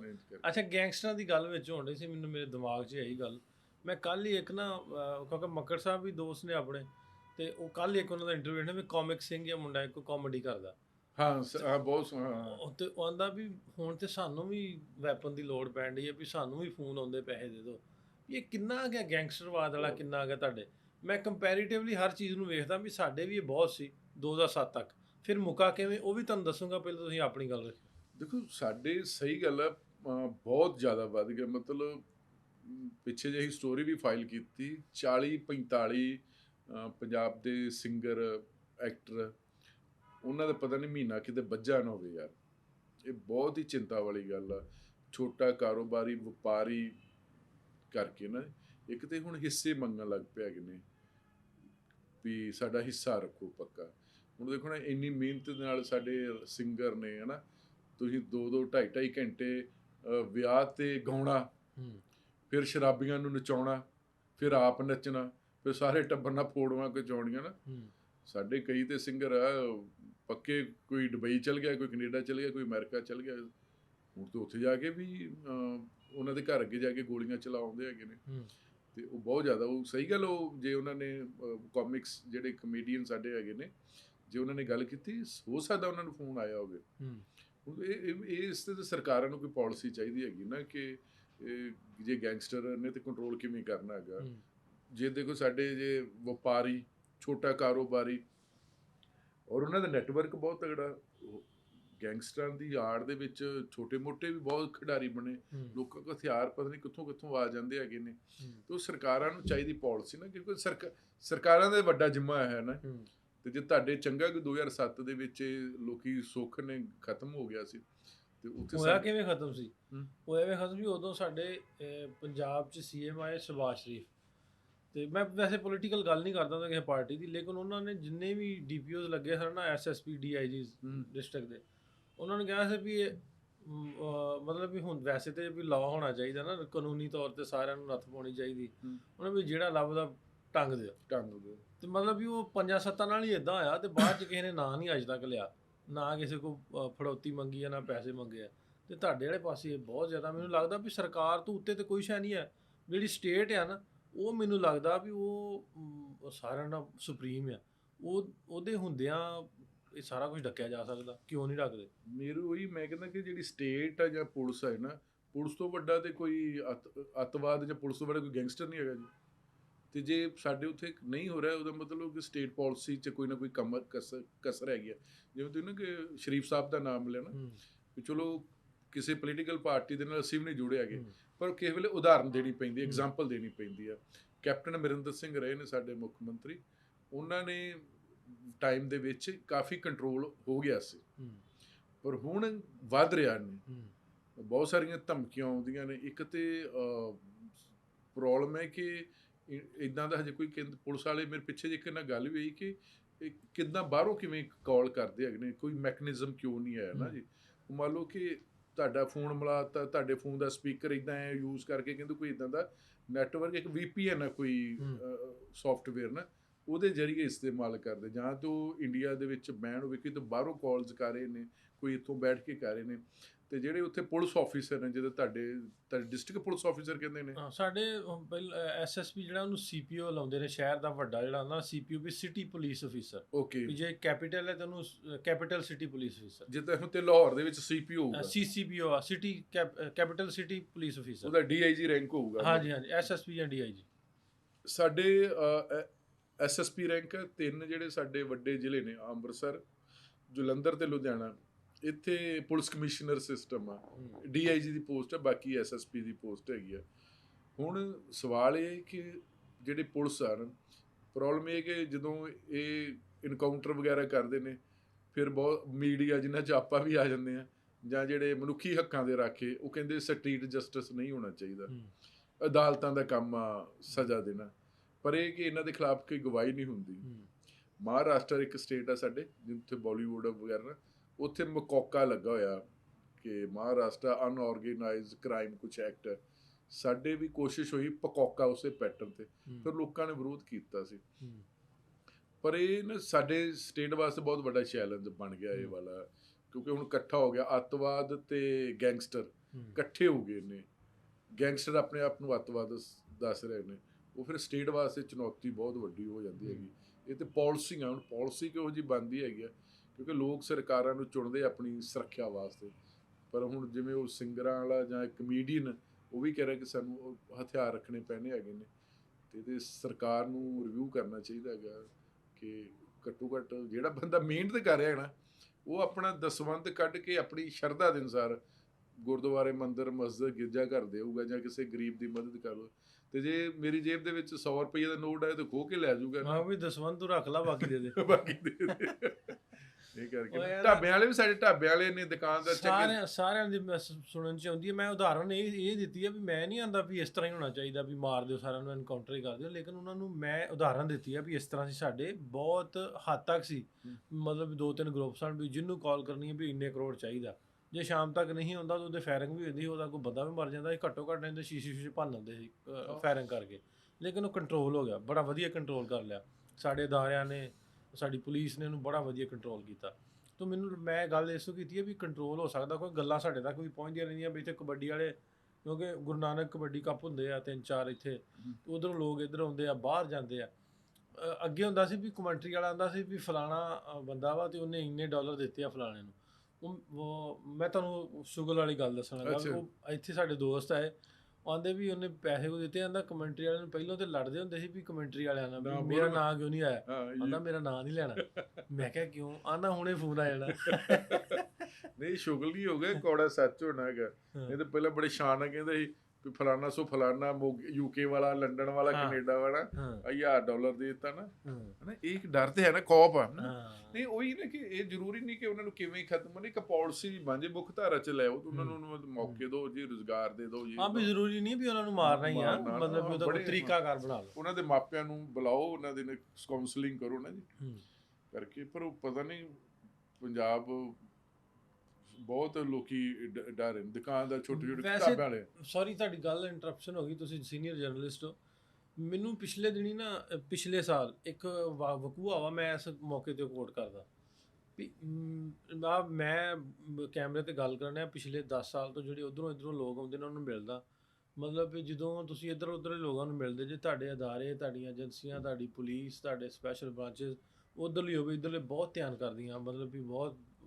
ਹੁਣ ਤਾਂ ਸਾਨੂੰ ਤਾਂ ਖੈਰ ਉਹਨਾਂ ਨੇ ਚੈੱਕ ਚੁੱਕ ਕਰਕੇ ਕਿ ਹੁਣ ਛੱਡ ਹੀ ਛੜਿਆ ਵੀ ਇਹਨਾਂ ਦੀ ਖੈਰ ਹੈ, ਤੇ ਉਹਨਾਂ ਨੂੰ ਪਤਾ ਹੁੰਦਾ ਵਾ ਸਾਰੀਆਂ ਗੱਲਾਂ ਦੇ ਵੀ ਕੌਣ ਕਿੱਥੇ ਕੀ ਕਰਦਾ। ਉਹ ਮੈਂ ਉਦਾਹਰਨ ਤੁਹਾਨੂੰ ਇਹ ਦੇਣ ਲੱਗਾ ਵੀ ਮੈਨੂੰ ਇੱਧਰੋਂ ਇੱਕ ਸਾਡੇ ਦੋਸਤ ਆਏ ਤੇ ਉੱਧਰ ਜਾ ਕੇ ਤੁਹਾਡੇ ਕਿਸੇ ਅਦਾਰੇ ਨੇ ਨਾ ਉਹਨੂੰ ਵਾਹਵਾ ਪੁੱਛਣ ਕੀਤੀ ਉਹਦੀ।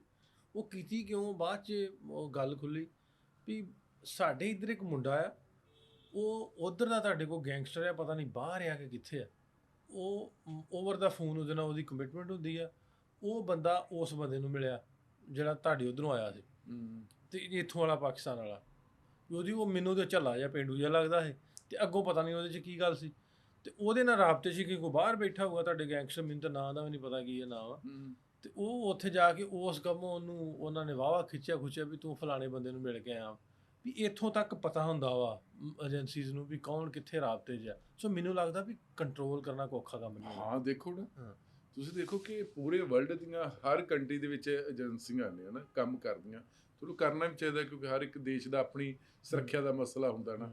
ਹੁਣ ਇਹ ਕਿ ਤੁਹਾਨੂੰ ਜਦੋਂ ਅਸੀਂ ਆਏ, ਮੈਂ ਤੀਜੀ ਦਫਾ ਆਇਆ ਨਾ ਜੀ, ਤੇ ਰੱਬ ਦੀ ਕਿਰਪਾ ਦੇ ਨਾਲ ਕੋਈ ਇਦਾਂ ਦਾ ਨਾ ਆਉਣ ਲੱਗੇ ਨਾ ਜਾਣ ਲੱਗਿਆ ਕੁਝ ਹੋਇਆ ਨਹੀਂ ਨਾ। ਤੁਸੀਂ ਜਿਨ੍ਹਾਂ ਨੂੰ ਮਿਲਦੇ ਹੋ ਨਾ, ਜਿਨ੍ਹਾਂ ਨੂੰ ਮਿਲ ਰਹੇ ਹੋ ਤੇ ਉਹਨਾਂ ਬਾਰੇ ਤੇ ਹਰ ਇੱਕ ਨੂੰ ਪਤਾ ਹੁੰਦਾ। ਹੁਣ ਸਾਰੀ ਦੁਨੀਆ ਨੂੰ ਪਤਾ ਨਾਸਰ ਢਿੱਲੋਂ ਸਾਹਿਬ ਕੌਣ ਹੈ ਨਾ, ਤੇ ਸਾਰੇ ਪਤਾ ਕਿੰਨੇ ਲੋਕਾਂ ਨੂੰ ਮਿਲਦੇ ਹੈਗੇ, ਕਿੰਨੇ ਲੋਕਾਂ ਨੂੰ ਤੁਸੀਂ ਕਰਤਾਰਪੁਰ ਸਾਹਿਬ ਮਿਲਾ ਰਹੇ ਹੋ ਨਾ, ਕਿੰਨੇ ਭੈਣ ਭਰਾ ਨੂੰ, ਕਿੰਨੇ ਵਿਛੜੇ ਲੋਕਾਂ ਨੂੰ। ਤੇ ਮੈਨੂੰ ਲੱਗਦਾ ਤੁਹਾਨੂੰ ਵਰਲਡ ਦੀ ਹਰ ਇੱਕ ਏਜੰਸੀ ਨੇ ਤੁਹਾਡਾ ਆਪਰੇਸ਼ਨ ਕਰ ਰਹੇ ਹੋਣਾ, ਐਕਸਰੇ ਕਰ ਲਏ ਹੋਣੇ ਨਾ ਜੀ। ਇਸ ਕਰਕੇ ਹੁਣ ਮੰਨ ਲਓ ਕਈ ਆਉਂਦੇ ਨੇ, ਚਾਹ ਦੇ ਵਿੱਚ ਆਉਂਦੇ ਨੇ ਡੈਲੀਗੇਸ਼ਨ ਦੇ ਰੂਪ ਦੇ ਵਿੱਚ, ਹੁਣ ਫੋਟੋਆਂ ਬੜੀਆਂ ਬਣਾਉਂਦੇ ਨੇ, ਤਸਵੀਰਾਂ ਬੜੀਆਂ ਖਿੱਚਦੇ ਨੇ ਹੈ ਨਾ, ਜਾਂ ਕੋਈ ਇਹੋ ਜਿਹਾ ਬੰਦਾ ਮਿਲ ਜਾਂਦਾ ਹੈਗਾ ਉਹ ਥੋੜਾ ਕੰਟਰੋਵਰਸ਼ੀਅਲ ਜਿਹਾ। ਸਾਡੇ ਵਰਗੇ ਜਿਹੜੇ ਇੰਨੇ ਸਾਲ ਹੋ ਗਏ ਸਾਨੂੰ, ਤੁਸੀਂ ਵੀ ਜਰਨਲਿਸਟ ਹੋ, ਅਸੀਂ ਵੀ, ਸਾਨੂੰ ਪਤਾ ਲੱਗ ਜਾਂਦਾ ਵੀ ਇਹ ਕੌਣ ਹੈ ਤੇ ਫਿਰ ਕੀ ਮੈਂ ਨਾ ਵੀ ਯਾਰ ਵੀ ਤੁਹਾਡੀ ਸਪੋਜ਼ ਮੈਂ ਫੇਰ ਉਦਾਹਰਨ ਦਿੰਦਾ ਵੀ ਜਿਵੇਂ ਆਹ ਕਾਨਫਰੰਸ ਆ ਜਾਂ ਅਸੀਂ ਕਰਵਾਈ, ਅਸੀਂ ਬੰਦਿਆਂ ਨੂੰ ਬੁਲਾਇਆ ਉਧਰੋਂ ਵੀ ਪ੍ਰੋਪਰ ਚੈਨਲ, ਅਸੀਂ ਮਿਨਿਸਟਰੀ ਨੂੰ ਲੈਟਰ ਲਿਖਿਆ ਵੀ ਇੰਨੇ ਬੰਦੇ ਅਸੀਂ ਸੱਦਣੇ, ਉਹਨਾਂ 2-3 ਮਹੀਨੇ ਲਾ ਕੇ ਪਹਿਲਾਂ ਸਾਡੀ 12-13 ਮਹਿਕਮਾ ਵੰਡਛਣ ਕੀਤੀ, ਫਿਰ ਉਹਨਾਂ ਦੀ ਕੀਤੀ ਤੇ ਪ੍ਰੋਪਰ ਚੈਨਲ ਲਾ ਕੇ ਵੀ ਐਫਰਟ ਕੀਤੀ ਵੀ ਮਤਲਬ ਇਹ ਵੀ ਅਸੀਂ ਜਦੋਂ ਕੁਝ ਗਲਤ ਨਹੀਂ ਕਰਨਾ ਫਿਰ ਸਾਡੇ ਵੱਲੋਂ ਭਾਵੇਂ ਜਿਹਨੇ ਮਰਜ਼ੀ ਕਰ ਲਓ, ਜਿਹੜਾ ਮਰਜ਼ੀ ਆਵੇ, ਜਿਹੜਾ ਮਰਜ਼ੀ ਜਾਵੇ, ਭਾਵੇਂ ਡੈਲੀਗੇਸ਼ਨ ਦੇ ਰੂਪ 'ਚ ਤੁਸੀਂ ਆਪ ਆ ਜਾਓ, ਸਾਨੂੰ ਕੀ ਗੱਲ ਹੈ, ਸਾਨੂੰ 65 ਜਣੇ ਆਏ ਹੀ ਆ ਜੀ। ਔਰ ਸਾਨੂੰ ਇਸ ਵਾਰ ਹੈ ਕਿ ਪਹਿਲਾਂ ਜੋ ਪਹਿਲੀ ਦਫਾ ਆਏ ਸ਼ਾਇਦ ਉਹ ਰਿਕਾਰਡ 'ਚ ਚੜ੍ਹ ਜਾਂਦੇ ਹੈਗੇ ਨਾ, ਯਾਰ ਕਿ ਫੋਨ ਵੀ ਨਹੀਂ ਆਏ ਕਿਸੇ ਨੂੰ ਸਾਡੀ ਨਾ। ਚਲੋ ਤੁਹਾਡਿਆਂ ਨੇ ਕੀ ਕਰਨਾ ਹੈਗਾ, ਸਾਡੀ ਜਿਹੜੀ ਸਾਡੇ ਦੇਸ਼ ਦੀ ਹੈਗੀ ਸੁਰੱਖਿਆ ਏਜੰਸੀਆਂ, ਉਹਨਾਂ ਨੇ ਕਿਸੇ ਨੂੰ ਫੋਨ ਕਰਕੇ ਵੀ ਨਹੀਂ ਪੁੱਛਿਆ ਕਿ ਵੀ ਤੁਸੀਂ ਜਾ ਰਹੇ ਹੋ, ਕਿੰਨੇ ਦਿਨ ਵਾਸਤੇ ਜਾ ਰਹੇ ਹੋ, ਕਿਉਂਕਿ ਉਹਨਾਂ ਨੂੰ ਸਾਰਾ ਰਿਕਾਰਡ ਅੱਜ ਕੱਲ੍ਹ ਸਾਰਾ ਕੁਝ ਤੇ ਆਨਲਾਈਨ ਹੈ, ਪੂਰੇ ਵਰਲਡ ਦੇ ਵਿੱਚ ਬੈਠੇ। ਉਹ ਜਿਹੜਾ ਆਇਆ ਹੋਊਗਾ ਨਾ ਜੀ ਤੁਹਾਡੇ, ਤੇ ਜਿਨ੍ਹਾਂ ਦੇ ਉਹ ਜਾ ਕੇ ਮਿਲਿਆ ਹੋਊ, ਠਹਿਰਿਆ ਹੋਊਗਾ ਨਾ, ਮੈਂ ਉਹੀ ਕਹਿ ਰਿਹਾ ਕਿ ਅੱਜ ਕੱਲ੍ਹ ਨਾ ਅੱਤਵਾਦ, ਟੈਰਰਿਜ਼ਮ ਤੇ ਗੈਂਗਸਟਰ ਇਕੱਠੇ ਹੋ ਗਏ ਨੇ, ਹੋ ਸਕਦਾ ਉਸ ਟਰੈਪ ਦੇ ਵਿੱਚ ਫਸ ਗਏ। ਮੈਂ ਇਹ ਵੀ ਤੁਹਾਨੂੰ ਦੱਸਦਾ, ਆਇਆ ਤੇ ਮੇਰੇ ਕੋਲ ਉਹ 7 ਜਿਵੇਂ ਫੈਨ ਨਹੀਂ ਕੋ ਆ ਜਾਂਦੇ, ਵੀ ਮੇਰਾ ਹੀ ਕੋਈ ਜਾਣਨ ਵਾਲਾ ਹੋਊਗਾ, ਮੈਨੂੰ ਫੋਨ ਕੀਤਾ ਮੈਂ ਮਿਲਣਾ, ਉਹਨੇ ਆ ਕੇ ਮਿਲਿਆ ਤੇ ਫੋਟੋ ਬਸ ਕੀਤੀ, ਮੈਂ ਵੀ ਨਹੀਂ ਜਾਣਦਾ। ਅੱਛਾ ਜੀ, ਉਹ ਵੀ ਨਹੀਂ ਜਾਣਦੇ ਕੌਣ ਹੈ, ਤੂੰ ਐਵੇਂ ਬਸ ਉਹ ਮਤਲਬ ਉਹ। ਪਰ ਜਿਹੜੇ ਉਹ ਸਹਿ ਸੁਭਾਅ ਕਿਸੇ ਨਾਲ ਗੱਲ ਕਰਦਾ ਹੋਊਗਾ ਉਹ ਸ਼ੱਕ ਦੇ ਦਾਇਰੇ ਵਿੱਚ ਹੋਊਗਾ, ਉਹ ਸ਼ੱਕ ਦੇ ਉਹਨਾਂ ਨੂੰ ਫਿਰ ਸਰਕਲ ਲਾਇਆ ਹੁੰਦਾ ਨਾ ਵੀ ਇਹਦਾ। ਮੰਨ ਲਓ ਮੈਂ ਐਜ ਏ ਭਾਰਤੀ, ਮੈਂ as a Indian, as a ਤੁਸੀਂ ਪਾਕਿਸਤਾਨੀ ਨਾ, ਤੁਹਾਡੀ ਆਪਣੀ ਕੰਟਰੀ ਬਾਰੇ ਹੈ ਨਾ ਵਫਾਦਾਰੀ ਹੋਣਾ, ਤੁਹਾਨੂੰ ਨਹੀਂ ਹੋਊਗਾ ਕਿ ਉਧਰੋਂ ਕੋਈ ਬੰਦਾ ਇਹੋ ਜਿਹਾ ਆਵੇ ਜਿਹੜਾ ਕੰਟਰੋਵਰਸ਼ੀਅਲ, ਤੇ ਸਾਨੂੰ ਵੀ ਹੋਊਗਾ ਕਿ ਅਸੀਂ ਇੱਥੋਂ ਦੇ ਉਹ ਬੰਦੇ ਨੂੰ ਮਿਲੇ ਜਿਹੜਾ ਚੰਗਾ ਹੋਵੇ ਨਾ, ਤੇ ਤਾਂ ਹੀ ਮੁਹੱਬਤਾਂ ਵੱਧਦੀਆਂ, ਸਾਂਝਾਂ ਵੱਧਦੀਆਂ ਰਹਿਣਗੀਆਂ। ਤੇ ਜੇ ਹੋ ਸਕਦਾ ਕਿ ਇਸ ਜਿਹੜਾ ਕਾਫਲਾ ਚੱਲ ਰਿਹਾ, ਜਿਹੜਾ ਤੁਸੀਂ ਵੀ ਸ਼ੁਰੂ ਕੀਤਾ, ਜਾਂ ਜਿਹੜਾ ਫਕਰ ਜਮਾਨ ਸਾਹਿਬ ਔਰ ਡਾਕਟਰ ਦੀਪਕ ਮਨਮੋਹਨ ਪਿਛਲੇ ਕਿੰਨੇ 34 ਸਾਲ ਤੋਂ ਚੱਲ ਰਿਹਾ, ਤੇ ਇਦਾਂ ਦੇ ਕਾਫਲੇ ਨੂੰ ਰੋਕਣ ਵਾਸਤੇ ਕਈ ਤਰ੍ਹਾਂ ਦੇ ਬੈਡ ਐਲੀਮੈਂਟ ਐਂਟਰ ਹੋ ਜਾਂਦੇ ਹਨ।